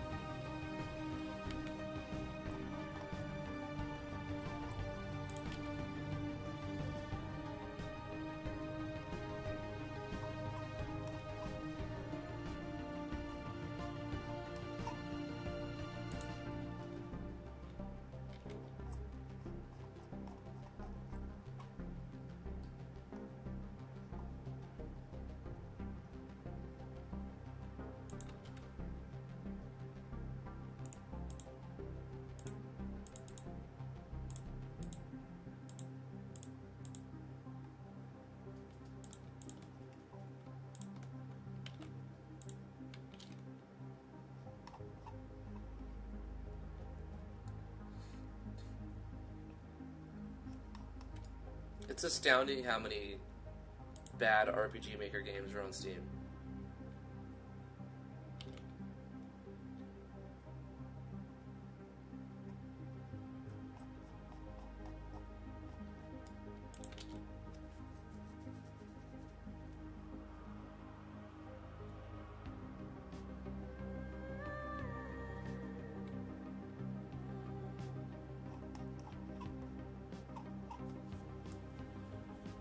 I think people sacrifice quality too much just to pump out garbage. It's kind of upsetting, really.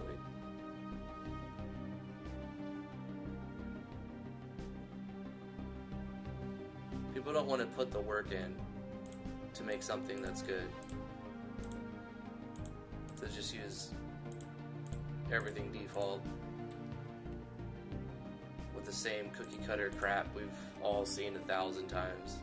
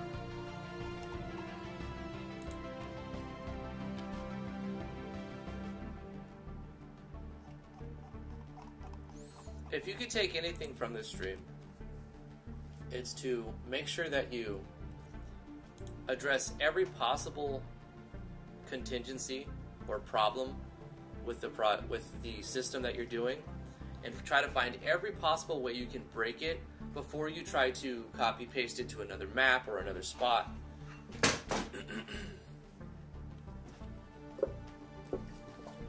To eliminate the amount of backtracking and reworking you have to do. The more complex the system and every new feature you add, the more possibility that you have of creating a bug somewhere. So you have to really smash out all those bugs with the initial system with a small number of items or a small number of things before you try to make it game-wide. And I almost did that. I actually did a very good job with that. But I did miss currently one thing, which is causing me to go back and spend a couple hours today fixing that step.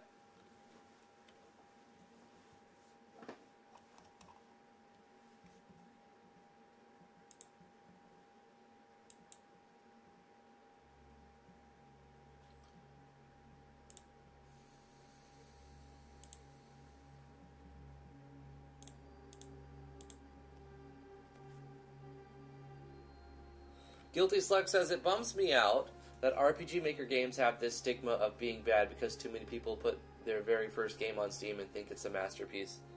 It's not even that, Guilty Slug. It's that some people just pump out crap game after crap game after crap game and put like 5 or 6 terrible RPGs up. Using all of the same resources. I mean, the same thing is kind of happening with a lot of engines. Like, Unity is a big offender. You see Unity asset flips on Steam like crazy. So Unity is catching some of that same stigma now.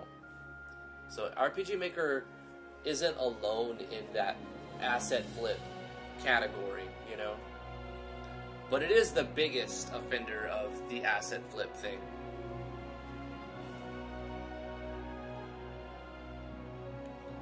Alright, where am I at? This is such an annoying one. Make sure it's not 0. Copy this. Got it in there. Did we do the else handler? We got the else handler. We're on item 37. Okay, paste this here. Make sure it's not 0. New conditional. Variable. Item 1, select cell quantity. Make sure it's greater than 0. Create an else branch. Select the contents of this event. Cut it. Paste it underneath. Scroll up. Copy the text for the else handler. Must be selling at least one of these. Paste it where it needs to go.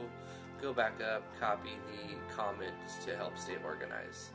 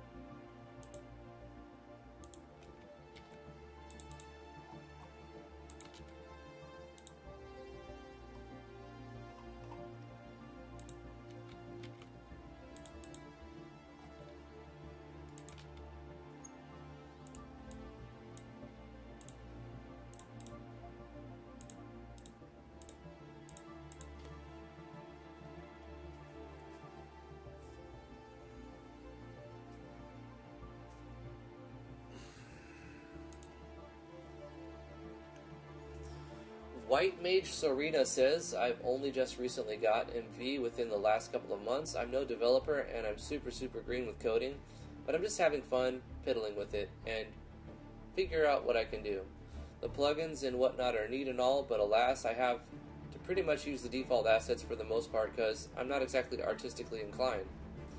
I've actually used a couple of your vids to learn about action sequencing and whatnot, so that clearly helps.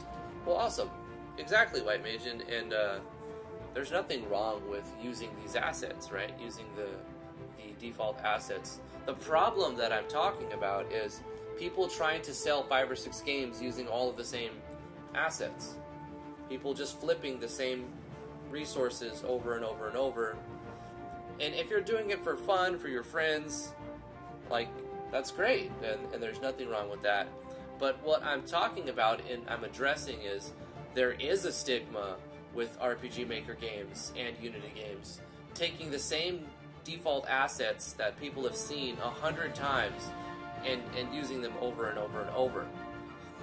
And, I mean, it's unfortunate, but there's not much you can do. And when you first start out, it's great that you have them, because then you can go through the process of, if I did have all this stuff, what can I do with it, right? And it shows your game dev skills.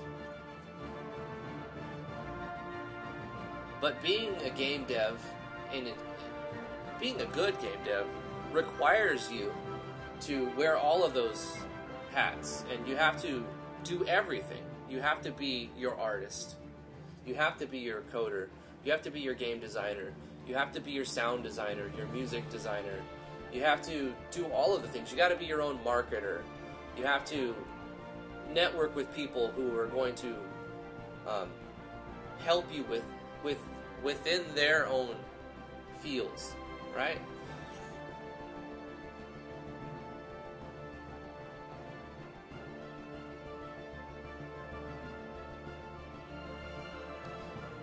You know what you should start with, White Mage? Something very simple, and since you're talking about music making programs, there's this one place called Beatbox. Go to Google and type in Beatbox. Well, you might have... Just type in DAW, which stands for Digital Audio Workstation. Beatbox DAW. and it's like an online digital audio workstation.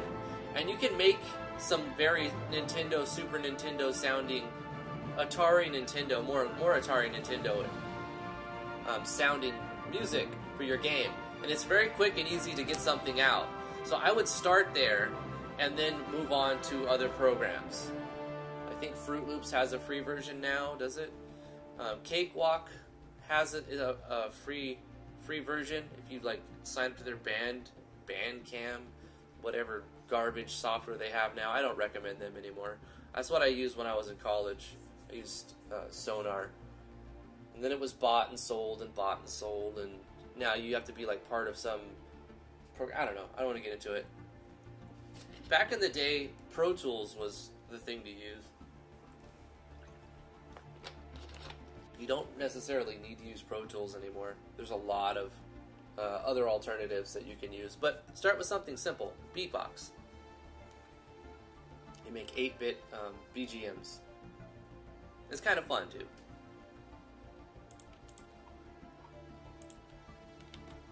That part's going to be great when we get into making the music for the project. I know I'm going to like that part. But at this point, you know, that's sort of near the end of the project for me. I have my cousin working on some of that too. He's really good.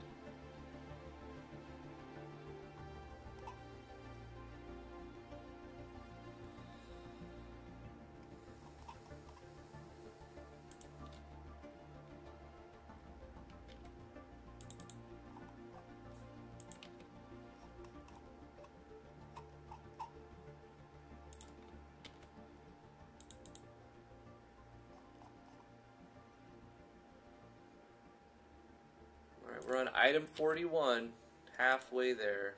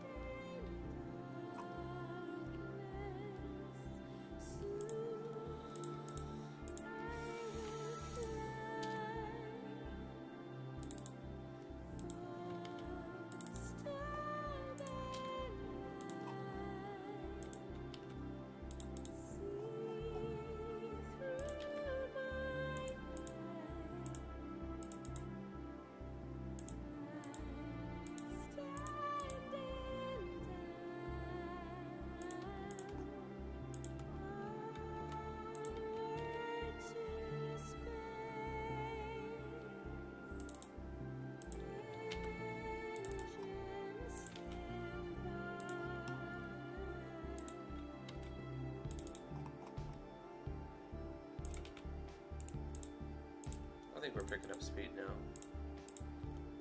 Just have to do it like 40 times.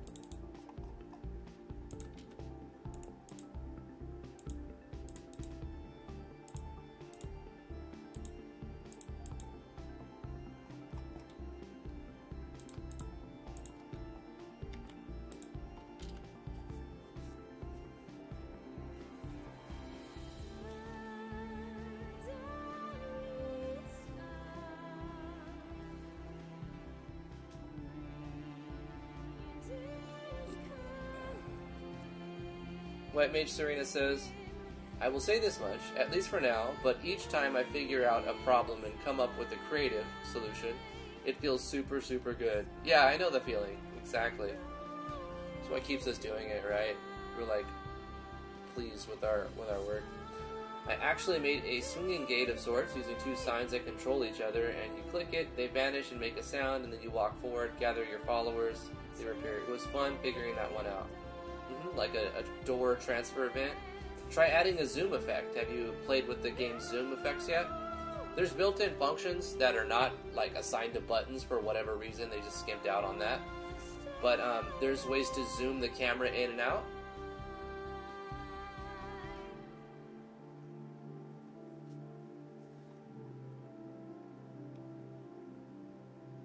Guilty Slug says, I made a gravestone that you have to push aside to reveal a dungeon underneath, and it took forever to make it work right, but I was so proud when I got it down. Exactly. Hey, Exa. Guilty Slug, you mean like in Zelda when you like push the stones away? Will Black says, what if you just have it when you pick the number, and if equals 0, jump to label, and you can't do that at that label? I mean, if I were to have redesigned it from the beginning, can you use labels to do this? Sure, Will Black. I kind of got myself in a hole, you know, and I have a solution to get out, and this is the solution, but it's just a lot of legwork. Hello, Vindinjura, how are you doing? It wasn't a transfer effect, it was just a fence where you remove the obstacle, well, it goes invisible, and also becomes walk-throughable, and then it appears behind you. Yeah, okay. So you're transferring the character, but not specifically doing a transfer to a different map. I get it.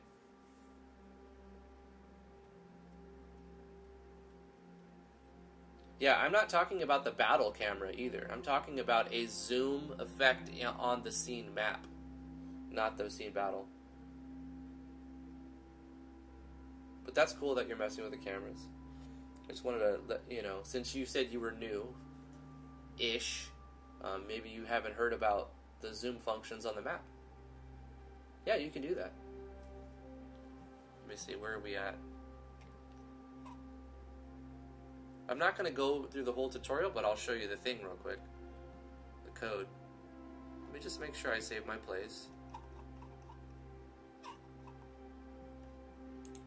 Finish this one at least. Paste that.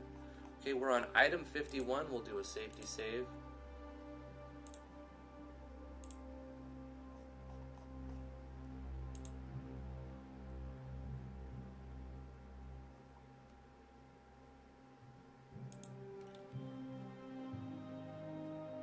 So, if you're interested, Serena, you're going to do a script call. It's on page 3, and you'll do this code right here. Of course, you can change these numbers and play with them however you want.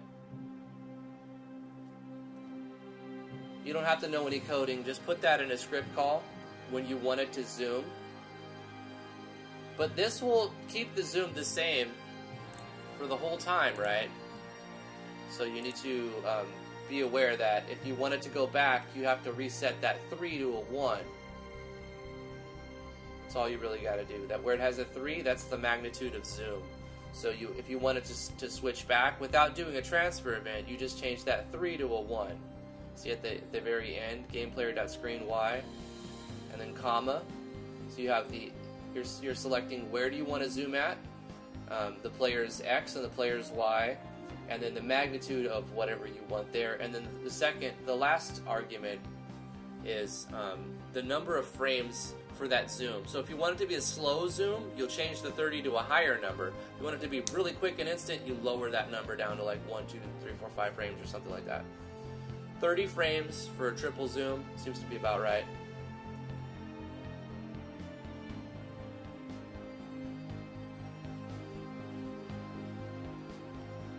Anyway, I have to get back to finishing this. I really want to get this done today. I'm over halfway. I'm about 60-something% done.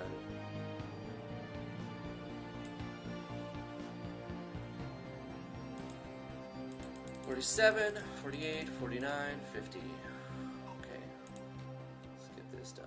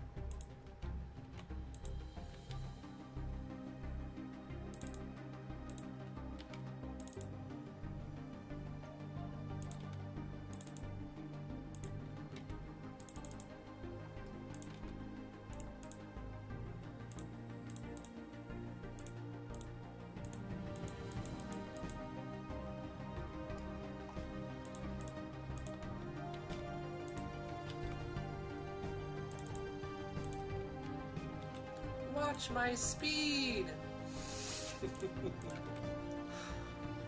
Who remembers Speed Racer?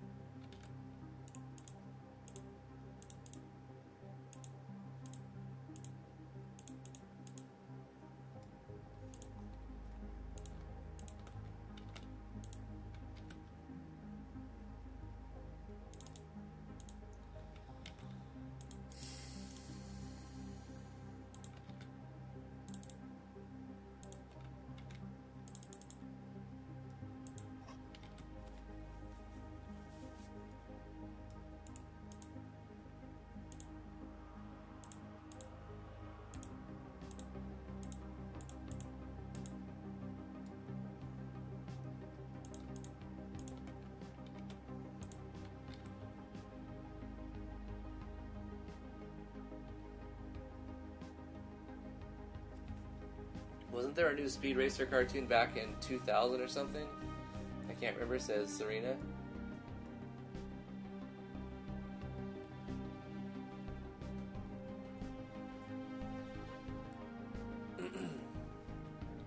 Vendingura says sleepy. Well, I'm doing alright.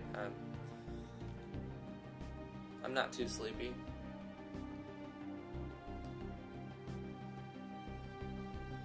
Let's see, where are we at?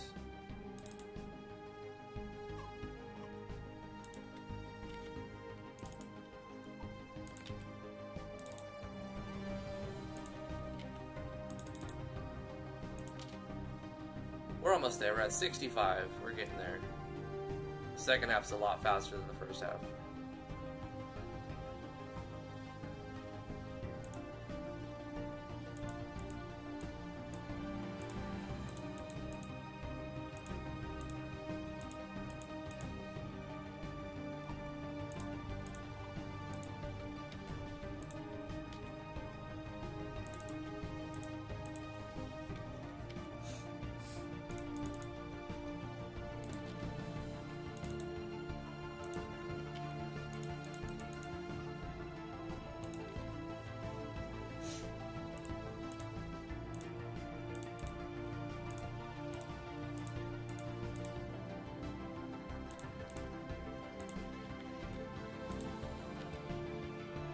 This would be considered a QOL upgrade. This is just a quality of life upgrade. The player's vendor doesn't stall if the player sets 0 and take up, a couple of minutes of time where they could be selling an item. We essentially try to stop the player from screwing himself or herself over in every possible way. Like, if the player is given options to pick different things, you want to minimize the chance that they're going to do something that's just going to mess stuff up for them, so that they can be happy with their decisions. You don't exactly have to hold their hand the whole way, but you want to get rid of all the pitfalls and traps that, because of poor game design, they can screw themselves over. Like selling items for less than they're worth, or wasting the player's time needlessly. Get rid of padding, because nobody likes that. Unless it's to make a sequence work better. Sometimes you need some waiting just to make things happen the way that they're supposed to feel. Like if you're focused on the feeling and the beat, then you may need to add pauses. There's a saying in music, don't forget to play the rests.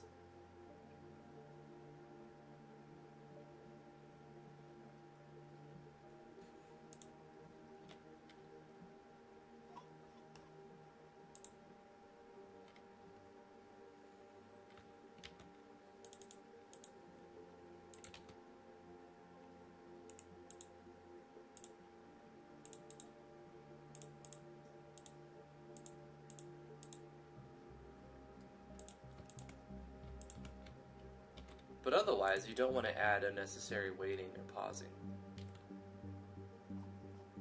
Just for the sake of extending your playtime, it's stupid. Just gonna frustrate your players.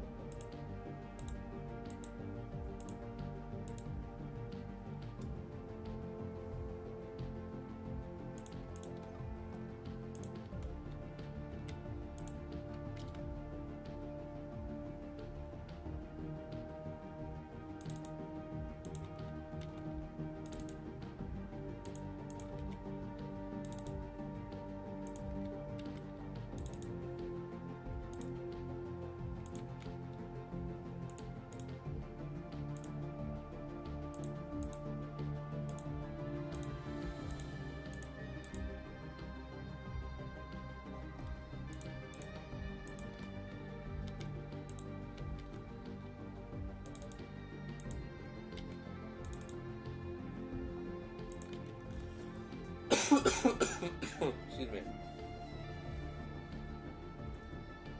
Or different answers for same reactions, like in some games. Answer friendly or aggressive ends up the same reaction. That's so frustrating, Vindon. If you give your players choices, make them matter. Serena says, oh my god, I haven't heard that saying in 15 plus years. Not since I graduated from high school. Was in the band for about 6 years and played trombone. Awesome. I played clarinet. I played clarinet in high school, and I would go to college bands and perform on Tuesday nights because I thought it was fun, and I was a nerd. And I didn't have any friends. It was just like, well, I'm gonna go play with all these old guys. A lot of talented musicians. It was a lot of fun. We played polka music. Polka music was so fun, I remember. Playing clarinet in a polka band, I mean, we played lots of different concert stuff, but a lot of polka. Playing clarinet in a polka band is a challenge. That was fun. I lost place. Where am I at?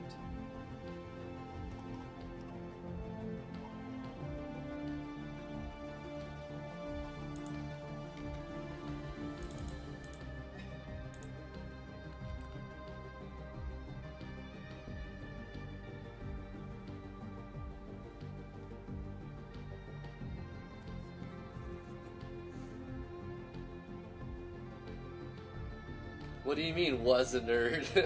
Hey, I take offense to that. What's up, Gindi? Gindgi? Is that a silent G? Gindi or Gindgi? No, I don't take offense to that, by the way. I don't really care.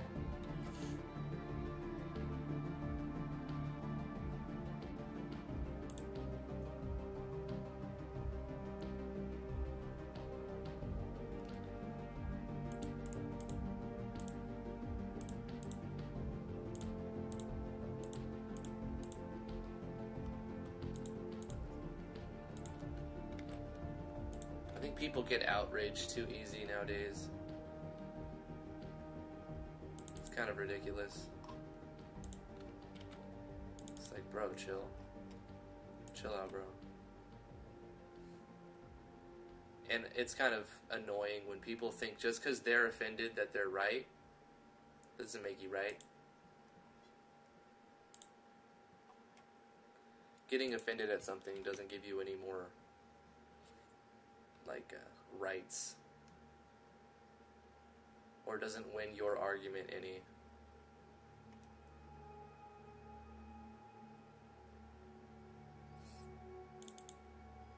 But it's crazy how a lot of people seem to think, like, when they get offended, they're morally correct. They're in the right because they're offended. It's like you're full of crap. You're just totally full of crap.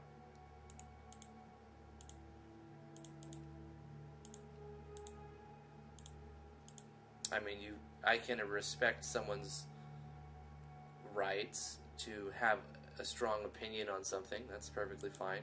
But that doesn't make your opinion suddenly more correct just because you're upset about the opposite opinion, you know.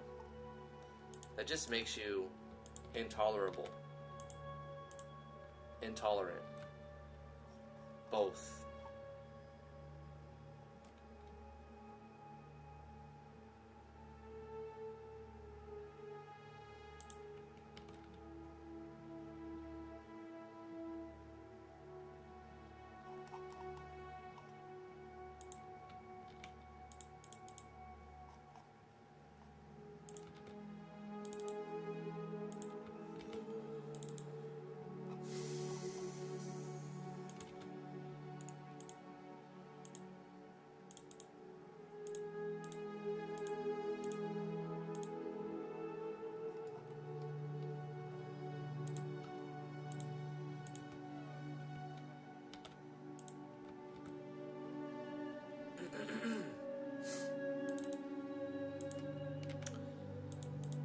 Almost done.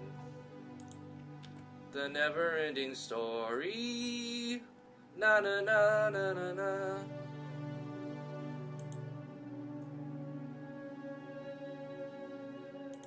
That's what bug fixing is.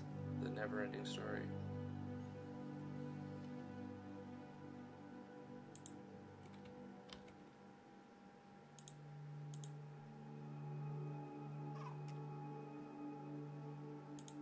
God, we're on item 75. Ah, we're almost there.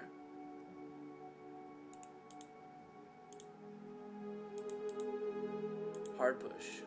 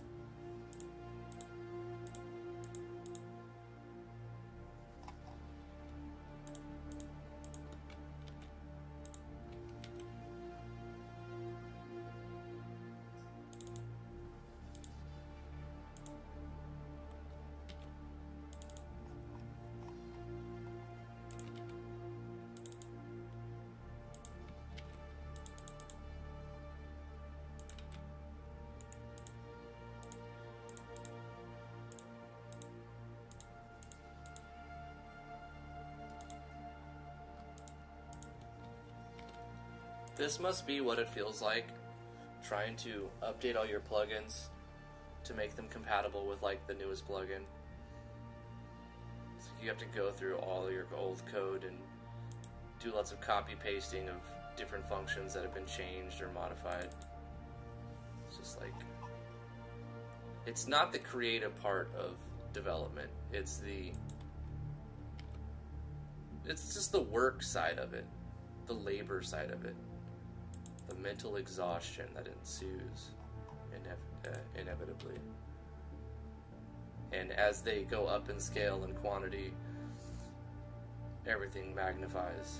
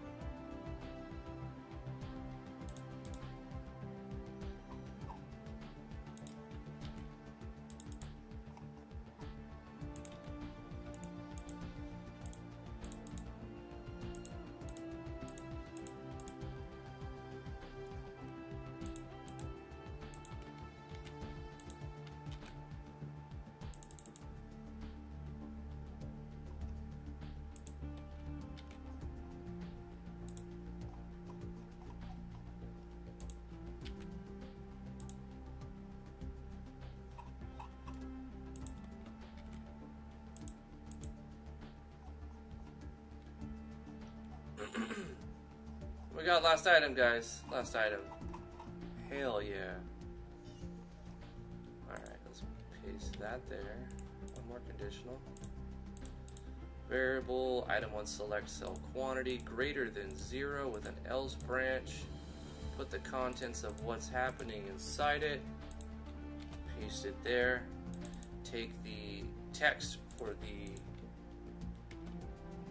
else case. When they try to put in 0. Paste that there. Hell yeah. Apply. Okay. Save the game. And we do a backup copy. We're going to do a backup copy today. So, tutorial on how you back up your game. Self-explanatory, right? Game, open folder. We got our folder. We're going to copy the entire folder. Now, you may be thinking, oh, I know how to do that. But do you really? Go to backups, create a folder on another hard drive. Backing it up on the same hard drive doesn't do very much good. What if you lose that hard drive? Having it on 2 or 3 spots is the best idea. So what I'm going to do is put it on from drive E where it's stored, put it on drive F, another WD drive. An RPG Maker has its own folder, and you want to date your folder because having a backup of some version of your game and you don't know really when it was made there is not very helpful. As helpful as it would be. Now you could just rely on date modified, but what if you open up that project and take something out from like you'll lose when it was actually made a backup. So I recommend creating a folder with the date.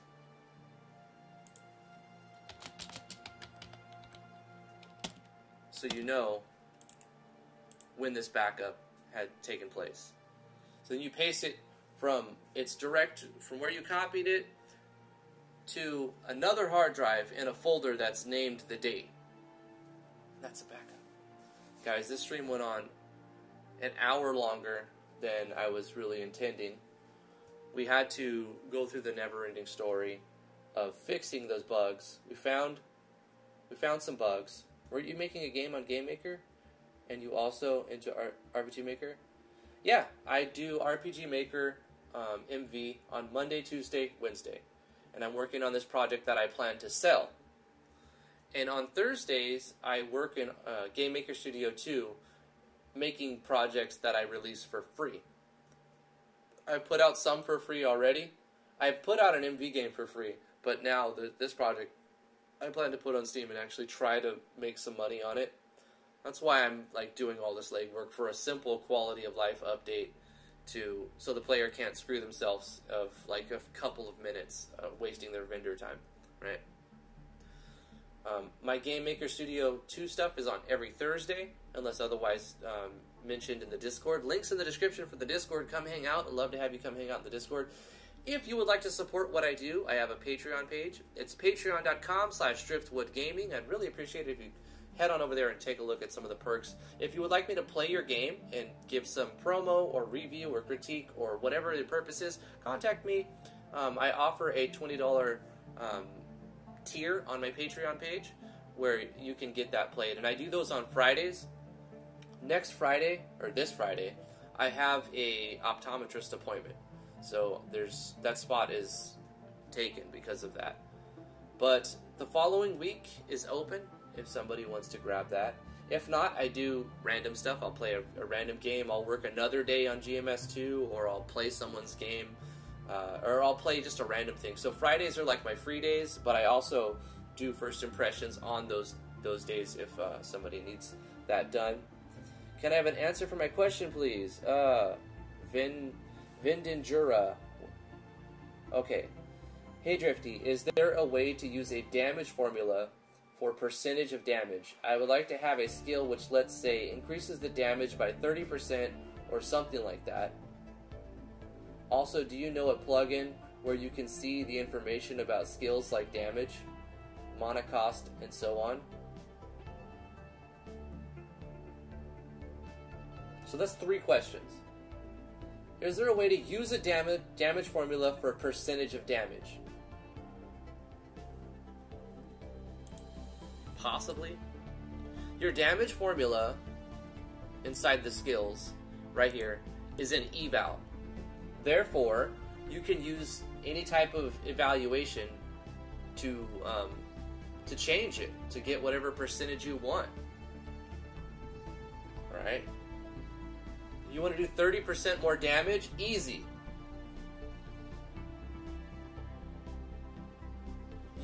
Here's how you would, okay, say you want your basic attack to do 30% more damage. You go like this. You're going to encapsulate the whole formula, and you're going to go times 1.3. Now this whole formula does 30% more damage. Okay, next question. You would like to have a skill which, let's say, increases the damage by 30%. Something like that. Is that a question? You would like to have a skill. So I guess the question is, how would I make a skill that increases the damage by 30%? Okay. So we'd make a skill. And what this skill would do would add a state. So you make the skill whatever. I'm not going to go through the whole process. Give it name, description, all of the costs up to you, icon up to you, blah, blah, blah. It doesn't need to type. All you have to do is go over here to state. You add state, and you give it a new state. Let's put it on 51. All right? So we go over to state, and on 51, this is 30% damage bonus. So under the traits, you can see all the stuff you can do.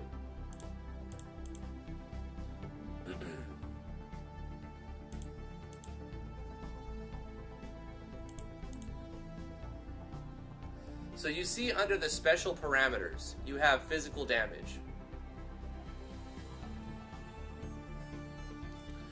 This would actually cause you to take and take more physical damage because you'd have to put the state on something else. So you could put this state on your on all of your opponents. So every enemy you hit with that state on him takes. But I know what you're saying. You want to power up the player so that everything they hit takes 30%. You know, they deal 30% more damage. You don't have to debuff your opponents. You just buff yourself. So this doesn't work for that. But there's still a way to do it.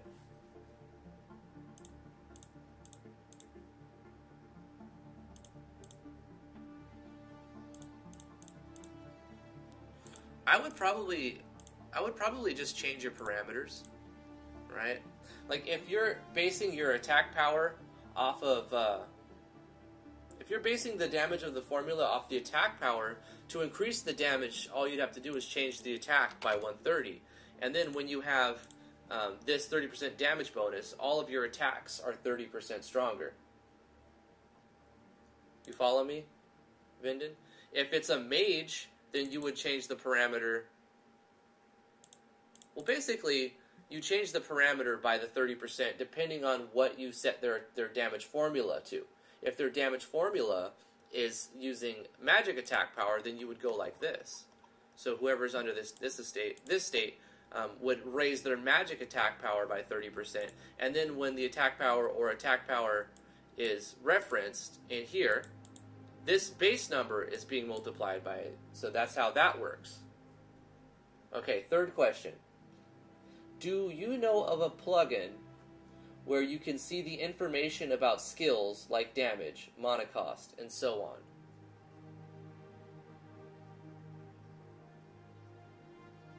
Yanfly's status menu core?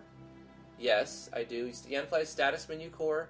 And there's another one, Yanfly's battle status core, or battle status menu, something anyway. 2 Yanfly plugins. So there you go, those 3 questions. Hopefully that was helpful. I'm going to undo this state because I don't really plan to use that, but hopefully that helps. Zebediah Rose Drifty, I found you when I was trying to figure out RPG Maker Envy, and you were a big help. I've moved on to GMS2 also. You have some of the best tutorials on YouTube. Thanks. Awesome, dude. And thanks for the kind words. I'm glad that you found them helpful. Some of my early tutorials are like, I mean, the content is fine, but like the quality is, some of the audio quality on like my first ones, like all the sound comes out of one speaker because I didn't know how to set it up right. I think every YouTuber, like their first set of videos, they go back and they're like, ooh, I was using a terrible mic at that time, or like, dang, I should have changed my settings for my microphone, or there's like a learning curve to all YouTubers. But I mean, the content's there. I'm glad you find it useful.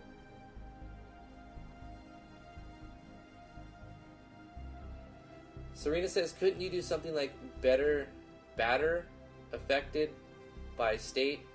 Formula 1, Formula 2? That's called a ternary operator, and yeah, you could do that in the damage formula. You could do something like that. I have that in here somewhere. Like one of these references right here, like right here. So b.isStateAffected19 ? So that means if the thing you're hitting has state 19 on them, which is webbing, so if they've been webbed, then Thirsty Bite is going to do this damage formula. Attack times 6 plus magic attack plus agility minus the defense. And then you use a colon here to say if this first one is false. So if the player is not affected by that state, then it just attack power times 3. So you can use ternary operators in the damage formula, absolutely.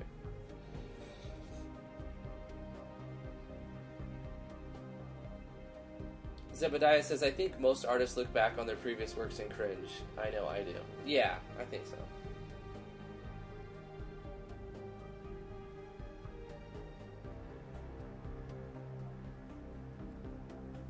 Cool, Vinden. I'm glad that was helpful. I've been playing around with those too, and you can embed as many ifs as you need for that. You can put a ternary in a ternary in a ternary, etc., etc. Is that what you're saying? If this is true, and then this is true, and then this is true, and then this is true.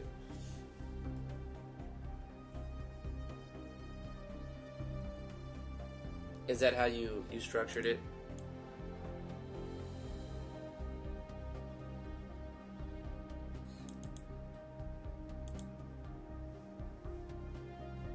You could also use a Yanfly plugin and just type in damage formula right here, and then you can write it out in like JS eval.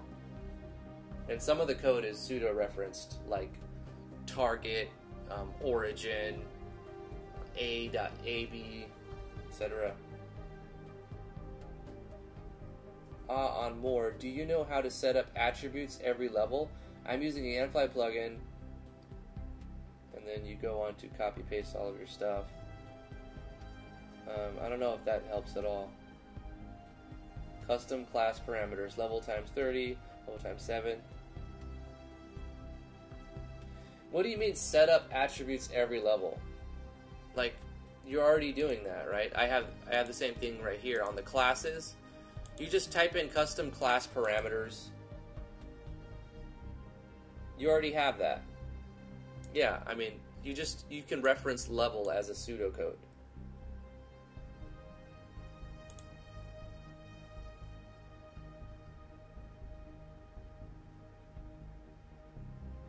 Oh, instead of ternaries, you're just using else if, right? If this, else if this, else if that, else if that, and it actually works. Cool. Yeah, it's just an eval, so put it on one long line, it'll read it. Do you mean level up and assign stat points? Yeah, I'm not sure what you mean. Thanks, Doc. Because, I mean, we're basically already setting them. And the thing is, if you're using class-based parameters, you'll have to add a variable because even if you increase your parameters by some other means, when you level up, they'll be reset again to whatever the parameters tell them to be. Well, to make it more randomized, like every 3 levels, a different stat upgrade.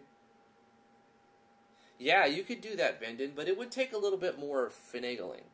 Like you have to set up a variable for each of these, right? So you would need to set up a variable for each of the parameter that you want to have a chance to randomly increase, and then you'll need a plugin that calls a common event when you level up, and then that common event will add a random value to that variable, and then you go level times 10, and then you do plus variable, whatever you want. Or actually, it'd be an eval, so you'd have to do $game variables dot value of, and then whatever.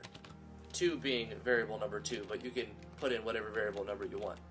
So you would go like that, and you would control the random addition in some other form, right? Like with a level up plugin. So like when you level up, you call a common event and la da da da da. So yeah, you could just add a bonus for sure. Guys, I gotta end the live stream now. Thank you so much for coming. Please support me on patreon.com/driftwoodgaming. You can follow me on twitter.com/driftwoodgaming. I have a website, driftwoodgaming.com. If you would like to download my latest project, it's from 2016 to 17, so it's an older project, but it's for free. It'll keep you busy for an hour or two. The Legend of Driftwood. It's available at driftwoodgaming.com/games. There's also some other games there. Come hang out in the Discord. There's a link in the description below. Thank you, everybody, for coming. I really appreciate it. If you would be so kind as to give me a follow on twitch.tv/driftwoodgaming, that would be very appreciated. And all of you who are watching on YouTube, thank you so much for coming to the live stream, and everybody's who's coming on Twitch. I appreciate you guys. Pretty soon, we're going to be Twitch only. I have to do this to follow some... I have to read more and figure more about it, but I think what I'm going to have to do is live stream on Twitch only and then upload the next day to YouTube. But I want to get some audience over there, so that's why I'm still doing some of my 12,000 subs from YouTube onto Twitch. That way more notifications will go out. So hit that notification bell if you're interested. Thank you guys so much. We'll see you. Have a good day. I stream 10 a.m. to noon Eastern Standard Time give or take some time. I usually start a few minutes after 10, and I usually go a little bit after 12. And in this case, we are an hour and 17 minutes after 12. So thank you so much. Mwah! Bye, guys.